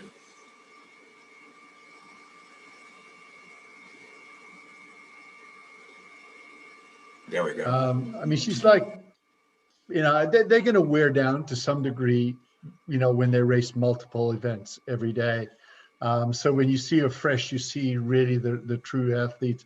But she's a competitor, so she's going to race that medley relay like her life depends on it. Period. And she's going to give it up for her teammates, and she knows she's a big cog. So, when she swims 100 back the next day, it's kind of an opportunity for her just to do something, celebrate something, the work she's done. Again, she comes from a working group that worked extremely hard during the events. I mean, did not get any rest until really the last week or so, week and a half. So we really started to see her able to come out and get a little more explosiveness with regard to the rest. And that event, first one out of that, I mean, she was excited to swim it, couldn't wait to swim it. I don't think there was any question in her mind she was going to be able to win the event. So really it was an opportunity to really get and put something down for herself. But then again, same thing, true to Olivia, she's the kind of person that, number one, she wants to win it for the team because the team score. But again, I just enjoy watching kids like that just prepare and race, and the way she took the race to her competitors, got it out there, got out in front of them, didn't even give them a chance in the entire race. I think again, it's just true to who she is, the kind of athlete competitor that she is. Thank you. Yeah, considering the density of competition here, it was. I thought as I was watching this is a world record playing out for sure. Yeah, it was close. I tell you, Sheridan is the one that really made the difference. I think the team loved what Olivia did. Yes, winning the race was great. Yes, jackpotting other swimmers. Yes, but when you had Sheridan in the background, who'd been sick as a dog, a week before that, just completely wiped out from some of the stuff that was going around, to be able to turn around and contribute it and get and do the time that you did and get the points that you did, that excited the team as much as anything as well.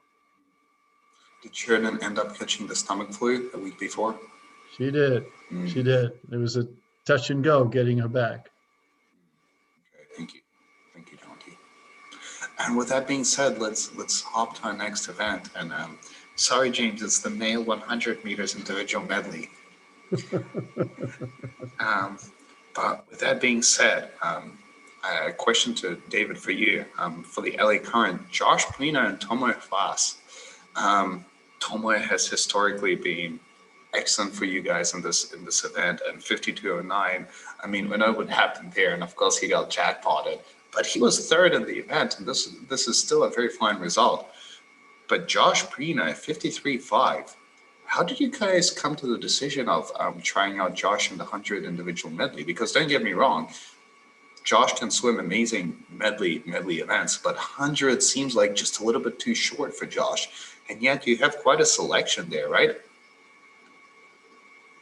We were saving people and putting people where they needed to be, trying to get best possible races out of people at that point. So Josh was willing to do what needed to be done to help the team, and that was a role he needed, and he did good for an IM, and there's no question that he would tell you before I would that he wasn't his best version of himself throughout the competition. I think, like has already been said several times, everybody had different experiences going through COVID and dealing with what they dealt with in different training situations. On top of that, he's newly married. He has a lot of new things in the world, and so he was, he'll I'm sure he'll rebound and do quite well. But in that event in particular, yeah, we were sort of counting on Tomo to sort of continue to be our main person. I'm not sure we got to see Tomo's best swim. He actually was one of the guys that stayed working throughout the entire competition. He was getting workouts from home, and he stayed on pretty heavy load the whole time, and whereas most people were either tapered the whole time or worked their way down during the competition. But he got a great experience, and he's going to be a force in the future. He's young. There's so many ways he can get better. So he'll be I think he'll be an ISL star in the future, and it's great to have someone from his country and some of the smaller countries making the kind of showings, because their whole country's watching these competitions. I know specifically with Israel, they got a great audience watching the ISL because of the Israelis that were competing, and some of these smaller countries probably appreciate the ISL even more than some of the bigger countries.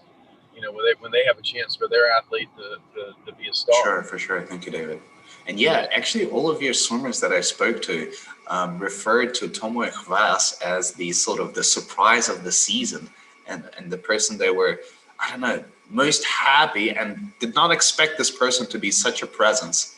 Yet he was a huge presence on the team, and everyone felt so fortunate to have him on LA Current. Quite a swimmer you got there. Yeah, I think that's right. And I think over and like I heard the same kind of comments about from Jonty about Tommy, and it was really some nice surprises. There's no doubt that when an athlete comes on the team and all you sense is real gratitude and appreciation for the opportunity, it makes it a lot of fun for all the athletes. So. He's just a great spirit, and he'll also continue to develop into a great swimmer. He has a very good coach back home, and they'll do a good plan for his long-term future. Yeah, David, I agree about the point regarding Josh. I believe Josh is a swimmer that, everyone has their own talents. Some people are very good at swimming in general. They have a connection with the water that's unparalleled. Some people are really good at competing. I believe Josh is really good at training. He's very consistent. He knows what he has to do day to day. He never fails. I don't know. His daily routine is very strong. And because of COVID, it might have struck him just a little bit harder than everyone else. I agree that we might see a completely different Josh in the next season of ISL. Thank you, David. And with that being said, Jonty, the Cali Condors, Marcin Cieslak, 51.17, and Caleb Dressel, 49.28. I mean, let me tell you this: the 100 fly was amazing. 47.7 is great, but 49.2 is just you mentioned it right. Caleb turned into a superhuman. It was insane. I almost wish that you guys told Martin to chill out a little bit, just for Caleb to be the first person with the full jackpot, right? Plus, we had the rule in place that if the first person to get a full jackpot, the rule is going to be named after him. It was quite a letdown. Come on, Martin.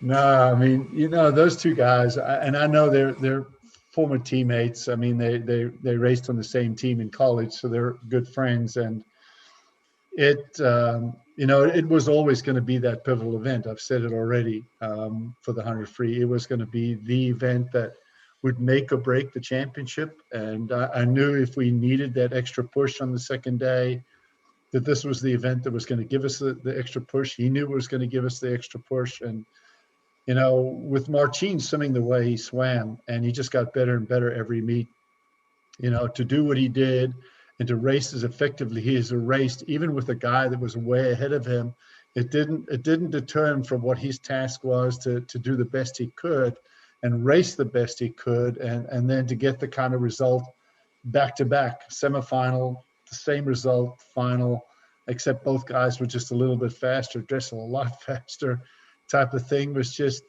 the perfect situation for us. And I know the other teams dreaded that event because they knew what the potential was coming into that event. And it's just when you have a guy like Dressel on your team who's all about the team and doing the best he can for his team, it just pumps him up even more. I mean, he's an animal anyway. He becomes a real out of control animal when he knows he can do something that's just over the top for his team. And when he saw what happened after the semifinal, I mean, I know right then and then he was like, okay, we got to do this in the final, because if we get those kind of points in the final, that's all we need to get over the top of energy. Thank you, Jonty. And James, did you feel like when this happened, the meet was over for Energy Standard? Was this a pivotal point? Is Jonty right?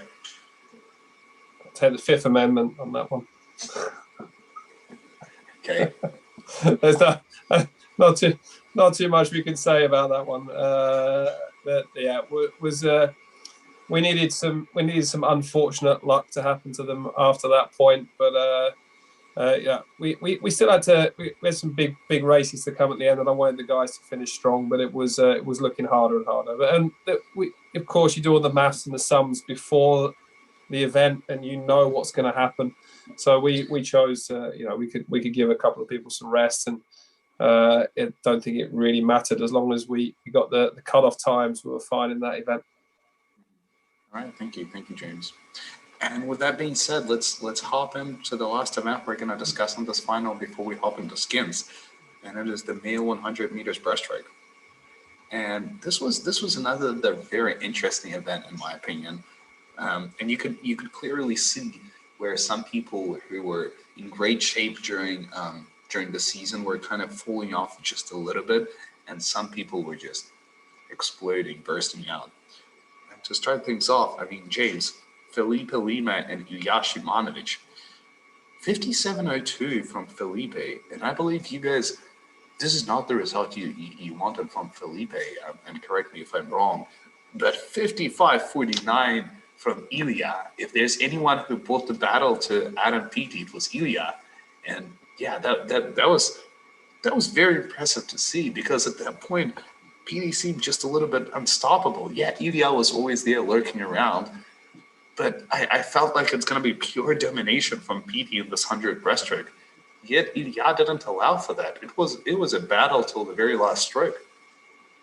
Yeah, Ilya and Adam have had some fantastic results, and they're both in good shape. You can see they were both swimming well, and already with the 50 breast, it just comes down to 100 breaststroke comes down to whoever gets their details right. You know, who's come onto the wall onto a full stroke, who's taking their speed in and out the walls, and Ilya's got slightly better details than Adam. Adam is better at swimming on top of the water, so it was quite nice to see. You know, Ilya would pull away on the turns, Adam would catch him up, and then Ilya just couldn't quite hang on at the end. But both guys swimming exceptionally well. We expected just a little bit more from Felipe. Felipe started off really quite well, the ISL, and he kind of just dropped off a little bit as he went through, just got a little bit deconditioned. He's an older athlete, you know. The 6 weeks was quite tough on him. It was a tough schedule. Would I go back? I'd probably have given him a meet rest halfway through, because I did have a breaststroke reserve, but with COVID illnesses and coming in, it was a bit short on numbers, so it just for whatever reason didn't work out. But Felipe was an amazing guy to have on the team. He was good around everyone else, and Ilya also. But it was good to see Ilya and Adam just having good battles. And then, I think for some reason that event was an anticlimax because it wasn't a world record. Everyone was a little bit like, it was still amazing swims, yeah. But I think everyone was it was the fact that Caleb and his world records, the way everyone was swimming, it was almost as if that event was a little bit of a letdown. It wasn't, but because it wasn't a world record, it felt strange. But it was. We'd have liked to have got the touch, but we didn't. Thank you, James. And was it not a world record by Peaty? Yeah, it was. Sorry. Yeah, I'm pretty sure it was. And James, as a elite top level breaststroker in the near past yourself, what do you feel when you see these 55-second swims short course? Is it kind of strange to see? And how has the breaststroke evolved from when you were a competitive swimmer yourself? Well, the guys they're conditioning. They're generally the breaststrokers are quite the more muscular guys in the field.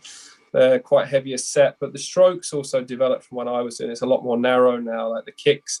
There's been a lot of controversy about kicking and fly kicking. What's a fly kick? What's not a fly kick?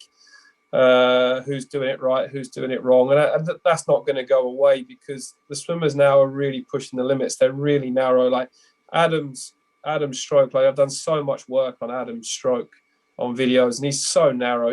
His hands go across the surface of the water and they whip in. You don't get this traditional real big pull back anymore, and the elbows getting stuck. So the athletes now are really pushing the limits. It's not just Ilya, and there's females as well out there. The kick is very narrow. Like I watched Ilya's kick, and it's the feet come out. It's very, very narrow. It's pushing the rules, but it's legal. But I think we'll see more. I think that there's generally been, since my time, there's been a big move in technique, more narrow strokes, and also they seem to be a lot better conditioned than we ever were, because I watched Adam swim last weekend in Manchester. He swam 21 strokes, stroke rate 60 odd down the first 50, and he just doesn't die. You know, it's almost it's such a high, like Lily as well. Like Lily got better, I think, on one of the rounds on her skins. One meet she got faster. It wasn't one meet. It was And like the conditioning level of these athletes now, they swim at high frequency, high tempo, lots of strokes, and it's just a different level to when I was racing. But that's advanced. I would say it's advances in sports science, but a lot of coaches don't really listen to sports scientists as much as they should. And I think it's just more of a time thing that people are figuring out technical gains. If Adam Peaty's swimming at this really high stroke rate, we've got to do it as well. We've got to be more conditioned, more fitness work. So yeah, it's definitely that's how it's evolved. This technique is more narrow, and the frequency is a lot higher than we ever used to race at. Thank you, James. And sort of last question regarding breaststroke to you. One person I really missed in this final was Emre Sakci in this 100 breaststroke. This would have been really the cherry on top of the cake if we had Emre race Ilya and Adam here. But regarding Emre, his breaststroke is a lot more old school than even Adam and Ilya's, right? It looks a lot more like the breaststroke we used to see from 2005, 2010, up to 2012 when Cameron Vanderbroek kind of changed the game, right? Yeah. Emre is a big, strong guy. Like he's got great details, starts, pull-outs, turns. He's very effective, and the other guys kind of catch him up a little bit on the swim. It'd be interesting to see how I'm excited to see how he transfers short course to long course, because we know that's a different game. But he was a real standout of the ISL. It's interesting that we've kind of been based in Turkey for 4 years, and even my dad called me and he was like, well, did you not fancy recruiting the Turkish swimmer? And I was like, thanks, Dad. Thanks for the advice on that one. So we actually we spoke with Emre, and we were actually full at that point on breaststrokers. So it was a shame we missed out on him, but he was a real star of the show.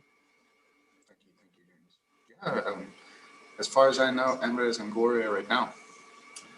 He is indeed, but I'm British and we have a special version of COVID, so I'm not allowed anywhere. Sorry, James. But with that being said, Steven, this event was probably the final sort of, I can't say it was the final roar of the London Roar, because obviously you had the skins coming up, but this was a big one. This was a big exclamation mark, especially for the season to come, because at that point, it's evident that the London Roar doesn't have a chance of winning the entire meet, but you can still make a statement. And what was that, if not a statement? 55-41 from Adam Peaty. That was huge. Can you talk me through it? Sort of what was going on the boot? Reaction of Mel Marshall, maybe? Yeah, I think I actually don't think I saw this one again. I was round the back dealing with something else and watched it on the screen. But Adam's just, he's taken that event to such a different level. And if I'm honest, I think a lot of the boys are beaten before they race him. And as close as they get, he seems to always be able to get his hands on the wall in that last 5 meters. And I think a lot of that's maybe just that, some of the other guys that are in there are putting so much into it that they might get a bit excited that they're close to him and then shorten up in the last 5. But he's just indestructible. His mindset and having him around your team is a catalyst for other things, for other swimmers as well. So, it was one kind of final hurrah. And we felt that, and he's not a guy to disappoint. He loves it, and he'll have seen Caleb doing what he was doing and thinking, I ain't letting you take all the limelight here. I'm as good, if not better, and that's just the way these guys are programmed. And it was great to see and great to be part of. And I think it's maybe his 13th world record, maybe 14th. So he's collecting them now. There was a big showdown between Peaty and Dressel at the end of these skins, but we'll get to it. Thank you, Steven. Did you guys as coaches have a celebration of Adam's record at the end? Yeah, a little bit probably after that one. I think Mel had a Disaronno or two. So Okay, it's our favourite. glad to hear. Thank you. And with that, let's move to our first skins, the female 50 breaststroke skins. And this was a little bit of a weird dynamic because you can already kind of tell that Cali Condors are winning the meet, but you still have the skins in front of you, and the skins are supposed to be the most important part of the entire meet. And James, first a question to you. Bria Larson and Benedetta Pilata for the energy standard. 30.11 for Bria. Unfortunately, she failed to make it to the second round, but not Benedetta Pilata, the youngster of your team, started off with a 29.2. She made it to that second round, but her second 50 was a 29.8. And hey, for any other swimmer, that would have been a good result. But for Benedetta, we've seen her sub 29. We've seen her capabilities in 100. She definitely has the ability to hold that second 50 at least. Do you feel like she felt a little bit defeated here because it seemed like energy standard was not winning the meet? No, but that was all part of the plan. She was told directly to go all in on the first 50 to get the jackpot. Like, there was 2 jackpot points in the first round. I've just got the results next to me now, just to refresh my mind a little bit. And we were just trying to maximize some points. We knew that regardless, Benny is not the endurance animal of Lily and Molly. So it was a strategy call. You go all in on the first round. You try to jackpot the first one just to maximize your points. The second round, you just try to not get jackpotted by the other girls, which she did. She didn't get jackpotted in the second one. And, she just fell short. She was only 2/10 off if she'd have got her hand on the wall. But we were scrapping for any points we could by then. It was like just trying to think of it different ways. And the ISL is a strategy game as well as just purely sports performance. And we were just trying to think of anything like that. We had the mixed relay just before, which we wanted to get 1-2. We split our teams. We went 1-3. But we were close to getting 1-2. But there was just all these little points we thought could have made a difference. And, they would have made a difference had we got the female skins and the male skins. But, in the end, we just fell a bit short. But no, Benny was just all part of the plan. That was my strategy.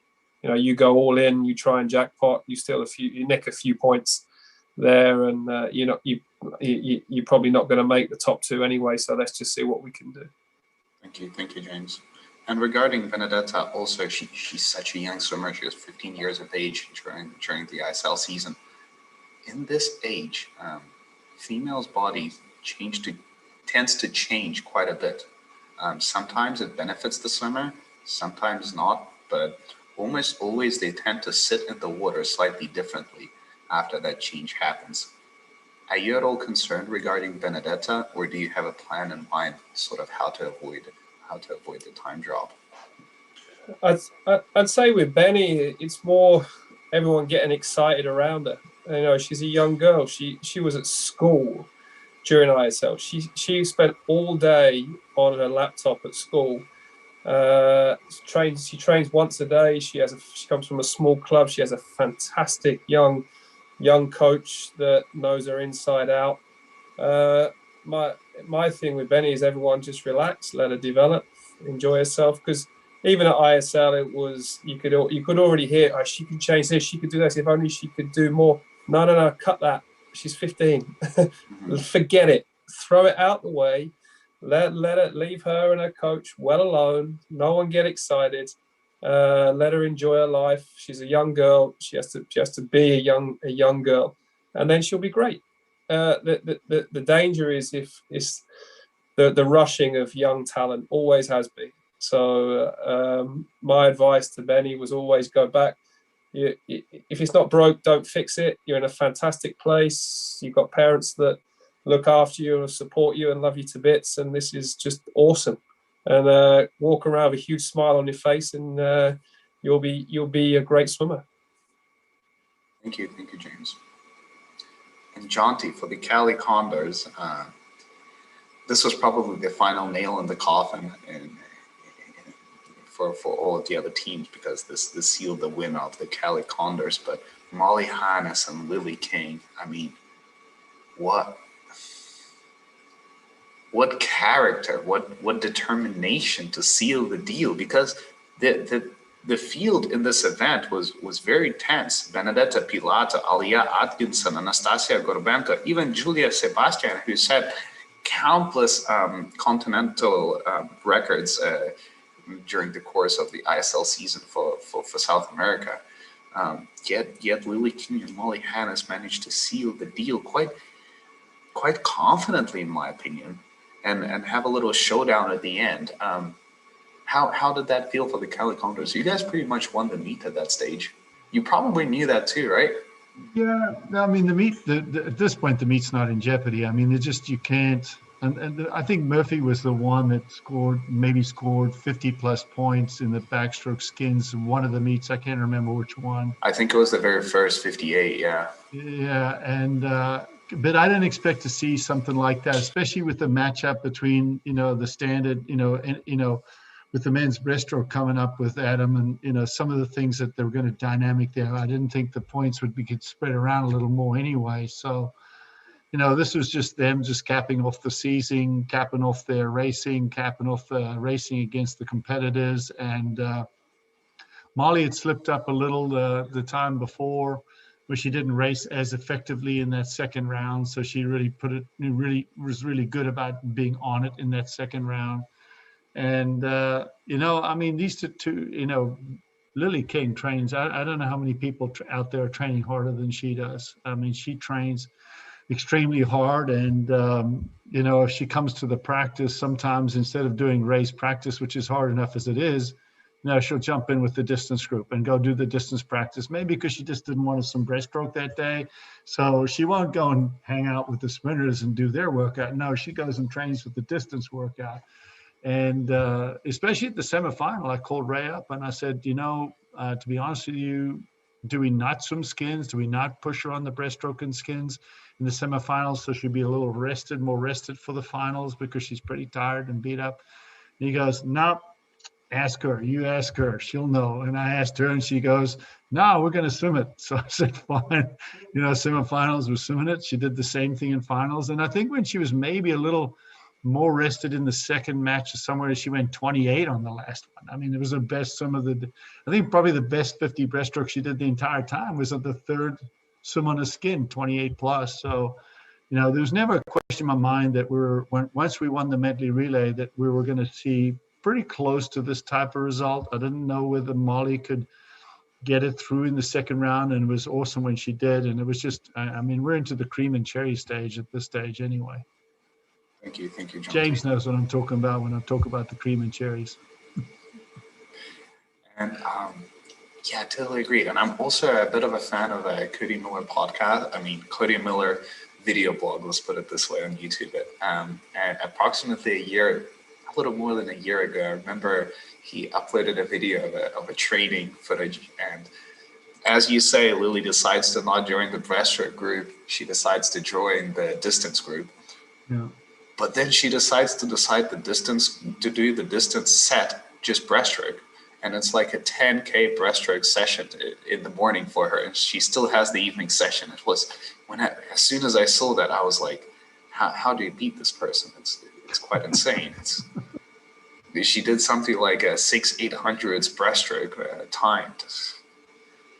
Yeah, well, this sanity. So people out there just understand. I mean, you really got to maximize your skills, your abilities, your talents. Not everyone's built the same way. Not everyone prepares to get to where they want to get to the same way. And I love James's reply about Benny and what he had to say about Benny, because young talent, you just got to let them flourish and come along and develop in their own time and stuff like that. And we all know that at the end of the day, it's not as much the physical challenge that when you get to these races, it's how you approach them mentally, how you prepared for them mentally, So, that to me, that's always been the biggest thing with the athletes. And what I started this whole conversation today about is just working really hard with my role with all these athletes is just keep pumping them up, keep telling them they're awesome, keep telling them it's just awesome to be around them, to watch them race. And just keep them in a very, very positive frame of mind. And when you do that, good things happen. Thank you, Jonty. And with that being said, let's move into our next and final event, the male 50 breaststroke skins. And David, first of all, Will Lecone and Felipe Silva here. 26-61 from Will, 26-31 from Felipe. Probably not the result you desired. You already said that you were hoping for no breaststroke skins, but yet here we are. Any ideas to sort of risk it a little bit? Because you have some interesting talent. Just to take Andrew Saliskar from your team, he's quite the breaststroker himself. More on the 200 side though. But did you ever think of sort of taking a risk, maybe throwing someone like Ryan Murphy in there, just to see how it goes? No. Fair enough. No, I'll give you an answer if they're more through answer. But no, we have two very good breaststrokers, and Felipe won his lifetime best 50 breast at 25.9 earlier in the program. So he was very pleased at his age and his situation, just to get back to sort of what we used to be. And he was World Swim of the Year in 2015, much based on the World Cup competitions. But he was also a delightful guy. And another interesting story with him is, he didn't speak English very much, or at least wasn't trying to speak much English on the whole trip. So a lot of communication with him was happening on sending Google Translate notes back and forth to each other. So it was a lot of fun. But what an incredible guy, though. I mean, I've looked at that guy across the pool at international competitions and thought, oh my gosh, this guy's a monster. Well, he must be just a badass, mean guy. And opposite, he could not be more of a sweet guy. He is like just a genuine great guy. And then Will Lecone, honestly, the same way. These guys are just wonderful human beings. Will didn't shave until the finals. He was our only guy I think we had left that hadn't shaved yet. So he did do his best swims, and he swam very well. But as you know, Will's best event isn't going to be the 50 breast with his style of swimming. It's going to probably always be the 200 breast. And but I think they were faster than when we had looked at during the training camp. Did we have anybody that could sort of fake a 50 breast? And we tried on the women's side. You saw what I did with Anastasia, having her do a flip turn instead of a regular turn, trying anything to throw at Jonty, just to make him look back a little bit. But that didn't work very well. And of course, on the men's side in the skins for breaststroke, it was amazing to watch it. So it was a real treat. And thanks for the thought of creating new people, because sometimes you can create a 50 breaststroke out of a sprinter, but we didn't have that. Thank you, David. And yeah, something else to mention about Felipe. Nicolas Santos gets a lot of praise as sort of the veteran of ISL, being so successful past the age of 40. But Felipe is also not a young guy, and yet this guy is also kind of on top of the world right now.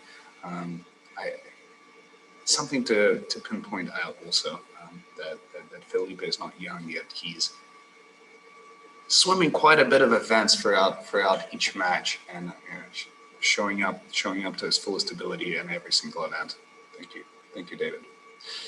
And for the energy standard, James, Felipe Lima and Ilya Shimanovic, 26-17 from Felipe, and 25-55, 25-18, 26-48 from Ilya. That, first of all, how was this as good as it's gonna get? Any mistakes made from Ilya, or was this the best effort he could have put out? No, it was on a strategy call. We went for the same strategy as the women's. We knew we just, again, as any little point would do at that point. Try to jackpot that first event, first round. But we went for it the first round, but so did the two guys from London Raw. But the big standout really was Krill Progoda. For us, there was no way we were expecting. I know Steve will comment on that, but 25.4 was an exceptional swim from Krill for a 200 breaststroker. So, 25.4, 25.4, 25.5, they're all very close down the first one. We were trying to jackpot a few points, but as it turned out, it was all very close anyway. Ilya got the nod on the second round too, and then it just came down to a PD Shimanovic final, which was, I think, was a fitting way to end the season. It was a nice little show. Was very well at the end. Was a close race, but we just didn't have the legs in the end. We knew you choose breaststroke skins, you got to race against Adam Peaty. It's always going to be difficult, but we tried, we did our best, and just come up a little bit short. Thank you, James. Yeah, once again, I wish Emre was in this race. Would have been such a spectacle to witness. But thank you. And Jonty for the Cali Condors, Nick Fink, 25.9, 26.11, and Caleb Dressel, 26.01. This being the first skins, Dressel manages to not make it to the second round. Is this where the energy of the Iron Man, the superhuman, kind of ended a little bit? By the way, can't blame him for this, for the amount of things he did during this final. No, I mean, he swam a ton. I mean, he raced a ton over 2 days. It wasn't just racing, it was sort of above the energy that he put into the race and between races and stuff like that. And the energy he gives back to his teammates as well. And to be honest with you, it's like smoke and mirrors at the end type of thing. So, it was good that, and he handled it real well. He got up, he wanted to get another crack. He feels like he can race anyone on any given day. And honestly, if he doesn't have all the events he has in front of it, he might be a little more competitive, and a lot more competitive than people might realize because of his start and turn. But, I was glad that Nick kind of got the second swim because, I mean, I know most people don't know this, but Nick broke his wrists, playing tennis about 10 weeks before the season started, and he didn't take the cast off his wrists until I think we swam him in the fourth match into the semifinals, the first time he got these casts off his wrists. And so he was really, really trying to catch up as the stuff went along. So his swims on the last meet, I mean, he was great energy in the last match.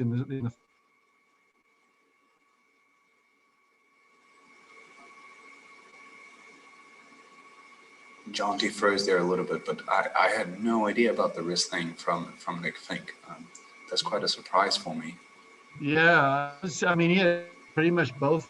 He had these guards. He was training every day with guards on both wrists. He had some really nice looking scars on his wrist from some of the they had to put into the wrist. And anyway, so it was great. It was a great finish for him. I mean, I know he was a lot more competitive a year ago, and especially in the skins event, the last skins event a year ago. But with the medical situation, stuff like that, it was awesome that he actually made it the next round. Didn't make it to the last round. I think the last round was the right last round, and it was the race I think everyone wanted to watch. But it was good for him. Plus, he was the final swimmer for the Cali Condors in the water before you officially won the title of the ISL champions. Quite an honor. Thank you. That was good that he, I was really happy that he was able to contribute. I mean, guys, these guys love to race and they love to compete. All the athletes like to compete, but they like to feel like there's some value in what they do and value in what they do for their team. And when, you can provide that kind of value, I think it really speaks for who they are and what they think about their teammates. That gives them something where they feel like, okay, I did my part, I didn't lay an egg out here. I actually did something and I feel good about it. Thank you, Jonty. Steven, final discussion of this final event for the London Roar, and Kirill Prigoda and Adam Peaty in this male skins. And as James already pointed out, Kirill Prigoda 25.49 to start things off. Where was this hiding the entire season? I was convinced Prigoda is a 200 and 100 guy, but all of a sudden this 50 puts him into discussion over Emre, Adam, Shimanovic. 25.49 is incredibly fast. Yeah, I can't remember what his PB was beforehand, but it wasn't that much slower than that. And he was on London last season. And I remember looking at his 50 PB and thinking that must have been in a pool that was short, because I've never seen him at any of the ISLs. He's so laid back and he's so just nice that the 50 almost doesn't suit his character. It's very aggressive. it's very high tempo, and Kirill's just like laid back, lovely guy. But I remember any time he found out that it was going to be breaststroke skins, he grew about a foot. He just loved the skins. That's just his favourite thing to do. So that was just his thing. So he just wanted to be part of it. And I think because it was the very last dance, he just threw everything at it. And I've never seen him rate so high. So he'd maybe been taking tips from Adam beforehand. But yeah, great swim, 25.4s, just seriously quick. Thank you. And Adam, of course, he had an amazing performance, 25.4, 26.01, 26.10. But for Kirill Prigoda, even if you compare him to Adam, your intuition would tell you, at least my intuition tells me, that Kirill should have just slightly more race endurance, especially because of his performance in the 200 breaststroke. And just his build, he's a little bit leaner. It seems like he'd have a little bit less lactic acid in his muscles compared to Adam. Yet Kirill had quite a drop between the first 50 and the second 50, even more than Adam did. How would you explain this? Some of it might be emotional, to be honest. I think he spent so much on that first 50, maybe give himself a bit of a shock. And again, I don't think he's just physically strong. You know, and I think his physical strength and strength endurance at that level really allows him to keep going on the 50. So could be a number of things. You know, it could just be he didn't get as good a start, slow off the reaction, not as good a turn. Those two things combined can kill a 50. So I know that I think before that Adam was really getting in his face and pumping him up, and that might have worked against him a little bit. He might have went a bit too of a heightened state of arousal. So thank you, Steven. And to everyone watching, hey, this was the match analysis of the final. Thank you, everyone. And before I let you guys go, any final words to the fans of your respective teams from the coaches? David, do you want to start? Yes, I'd be happy to. And really, the biggest thing is that we really, everybody, I think I'm speaking for everybody, ISL, I think, took us by surprise when we went in there. That I think most people were looking at 6 weeks with going, oh my gosh, how are we going to do 6 weeks in Budapest at a hotel, eating at the same restaurant, being locked down like we were, and how we're going to survive? I mean, what is going to happen in this place? And the most shocking thing I think I experienced, and what I heard by several people, was I'm not ready to leave. I'm loving this. We're loving this. And Ivan, I think the ISL should be commended not only for putting on an amazing event, but I think the ability to show the world that a true bubble can be created, and everybody can feel safe. And we were still wearing face masks, but at the end of the competition, the reality is you probably didn't need to, because we were all in there together. Everybody trusted each other. People were not going out and taking on the town. It was very impressive atmosphere for that length of time to happen, and for young swimmers to get. I've had several of. I had 13 swimmers that I coach here in San Diego in the competition. For the most part, I rested all of them the whole time, and they all came back with different experiences. And Tiggy talked about the impact of PD on the team setting. Well, Mariusz Kush came back a different swimmer, experiencing Adam, and so you had this international melting pot going on that I wish the fans actually could experience, because honestly, like the Olympic Games, the most interesting things are what happens back in the dining hall, honestly, more so than even the pool. And that's what was going on at the ISL, some of the most interesting things. So I hope in the future we can capture that sort of energy without losing the intimacy of Chad Leclos' card game in the back rooms, and all the different sort of things that were going on, listening to a couple of the Cali Condors in the dining room hall who were quite loud all the time. Sort of typical Americans that were always the loudest ones in the room. So it was I know Tom Shields rivaled them, so I got that. But it was a great event, and I think in many ways saved a lot of people from a mental position that would have been challenging. And I know, like, I had Kathleen Baker choose to not go, mostly because she's got Crohn's disease and just didn't want to take any chances.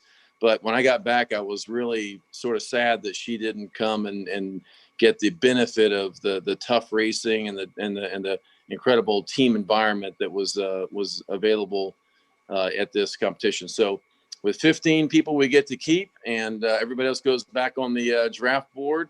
I'm waiting for you guys to drop some of your breaststrokers so we can have a new look at what's out there and available. And so we're looking forward to setting things up for next year. We think we have 15 really good swimmers that can rival any of you guys as far as your top 15. So game on for next year. Thank you so much, David. And the other teams better watch out. But also to mention, you have some breaststrokes on the team already, breaststrokers that could potentially be in a very different shape coming into next season. But thank you, David. Steven, what about you? Some final words to the London Roar fans. It was great. It was a great experience, and just picking up on what David said, I think it was probably quite a unique point in time. That ISL 2020, nothing had happened for a long time. A lot of people thought nothing could happen. And I think David used the word intimacy, and it was very much so. It was great to be in the same location as all the other teams, day in, day out, seeing them going about their business, not just in the pool but out of the pool. It'll be very difficult to replicate that moment, I think, of post-corona or partway through. But for next season, I think everybody's really, really excited about the potential and where it can go, and can we build on the success of Budapest, and to the guys that support London Roar back here in the UK and Australia and everywhere else, just a massive thanks for them for all their support and messages that they sent throughout the championship, and we look forward to trying to go a couple better in season 3.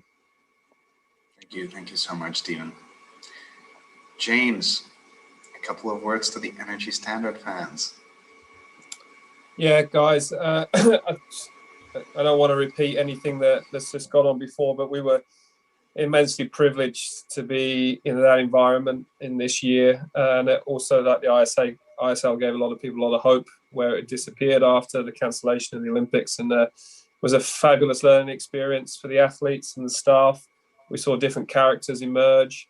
We saw a huge amount of interaction from the fans, and there's a big community out there that wanted this to succeed, a huge community. And also now, after the ISL this year, there's a lot more interest from. I'm getting messages almost weekly and sometimes daily from athletes saying, "How do I get onto the Energy Standard team for next year?" So, even I get those messages, James.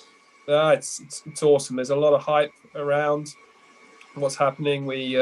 I know David touched on what might be happening next year. We're still got to wait for everything to be clarified, but I think it's going to make everything a lot more exciting. It's a new system, new things happening, and I think the league has a big future. But I think I've got to say a big congratulations to Jonty and the team at Cali. We were really strong this year. We were a better team than we were last year. And they really showed up at the ISL. Every one of their Cali Condors swimmers engaged in it, and they came and they meant business, and they were fully worthy winners. Jonty managed his team fabulously well, and we threw everything that we could. We did everything we could to claw some points here and there, but they had us covered every step of the way. So big congrats, Jonty, and your guys. You're fully worthy winners, and we'll do our best next year to take the trophy back. James, you guys are the pioneers of the ISL and the first winners. I'm sure you guys are going to be game next season also, James. But thank you. Yeah. I'm a bit annoyed because our t-shirts had champions on. We can't wear them anymore. So that's it. They're classics. So no, we're up. We'll be up for it next year, and I'm really pleased with our group, and I'm pleased that we from athletic performance we did progress. We got better. we didn't win, but we got better, and we took a lot of learning. And next year this year was very different challenges to last year. The jackpot rule completely changed the game.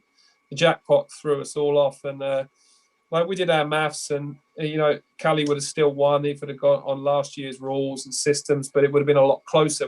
It would all come down to the end. But it's going to be a different dynamic next year, and I think this is what keeps the league fresh. If we've got to keep adapting and keep changing.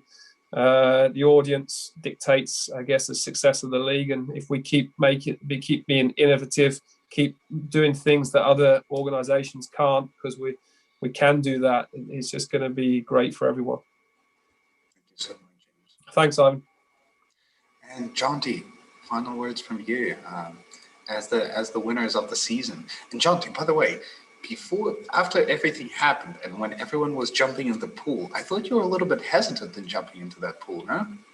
No, actually, I couldn't wait. Okay. To be honest with you, I really, it just gets so hot in that place, and you just, with all the energy and the screaming and yelling and stuff like that. I was actually really looking forward to dip in the pool, but I hope I didn't embarrass myself getting into the pool. But be honest, it was kind of fun, and in all the years as a coach, you go through a lot of different experiences, and I'm a little older than everyone else in this game, so I've been around the game a little longer. And it was just really wonderful. I've said this the first time we did one of these podcasts, but when Jason called me up and said, can you help us out and be a coach? And I said, sure. I've got nothing else to do. All I'm doing is kind of in a retired state, writing a book stuff. So I was all in on it. And then eventually he said, listen, we need a head coach. And I said, well, I'm all in on that. And when someone asked me to describe what it was like to be a head coach of the Cali Condors, I said it was kind of like a guy driving up, coming up to your front door, knocking on the door and saying, hey, can you drive my car? And I said, sure, I can drive a car, no problem at all. But there's a Ferrari sitting out in the driveway. It might take me a couple of weeks to figure out how to drive that Ferrari, but I figure I can drive that Ferrari, type of thing. So, it was just these kids are a wonderful group of kids. I can't say enough about how selfless they were, how team-based they were. I agree completely with Dave with regard to the intimacy of the environment in the hotel, the restaurant. It was just great to, because of the timing, you always were in the restaurant together as a team, but there were always similar teams around you. Sometimes the kids were all in the same areas. Sometimes they interacted within the other teammates. But just having that opportunity to kind of have that kind of interaction, I think what really works well in that type of environment is how much other kids learn from each other, just within your team, and then just watching the teams around you, watching how different people do different things. And, to be honest, as a person that actually participated in the ISL, this was my first year in the system, whereas last year I just trained athletes that competed in the ISL and watched it from the stands, basically. This year I was fully involved. I loved it. I mean, it's just a fantastic environment, a fantastic event. It's so exciting. Those 2 days of events go by in a heartbeat. I mean, it's just all in, and I can't think of anything else. I mean, I know there are a lot of people that were back in the USA were just tuned into it for a couple of reasons. Number one, there's nothing else going on, and everyone wanted to get a piece of it. And I think the biggest complaints were they just couldn't find it. They couldn't find it to watch it. I mean, they could see the written results and the aftermath of the results, but they all wanted to watch it live because that's when it really, really is exciting. When you watch it live. And I know James likes to say he likes to work in the back room and kind of get these guys ready to go and make sure they're ready and recover and stuff like that. I just love watching it. I mean, I'm the kind of person that I do all the talking I need to talk before the event starts. I say everything I need to do. I give all the instructions, and then I just go and enjoy it. And I enjoyed the heck out of this. And I appreciate all you guys. I know I've known Dave a long time, James. I know little Steve. I don't know you much at all, but it's just a great environment. All your coaches, all the coaches on deck, all the assistant coaches are so kind and generous with their time and energy and their thoughts and their shared observations and stuff like that. And I think as a community, as the ISL community, I think what really helped us in year 2 was having the intimacy that Dave talked about. If we all were coming from separate hotels and being kind of more, like this, teams going at each other, it would have been different. We might never have really realized, I think as many people did, is how important it is for the community to make the ISL work. And having that community environment I think in year 2, I think was the best thing that actually really happened. Not so much the crisis or the racing, but just that being in that community environment. I think that really made everything for me and made 7 weeks go by where I didn't even notice it at all. Thank you, Jonty. And to everyone watching who had no idea how to watch the ISL, it was a challenge, and we apologize for this. But next season, go to island.isl.global and enjoy. Guys, thank you so much. This was the match analysis of the final. This is our final review of matches for the season. Until the next season, we will have a surprise for you next Sunday and the Sundays to come. The podcast will still be happening, but slightly in a different format. Our next athlete podcast will happen this upcoming Wednesday. Please tune in, and thank you for being with us. It was a fun journey reviewing every single match, and thank you so much. We'll see you in the next podcast.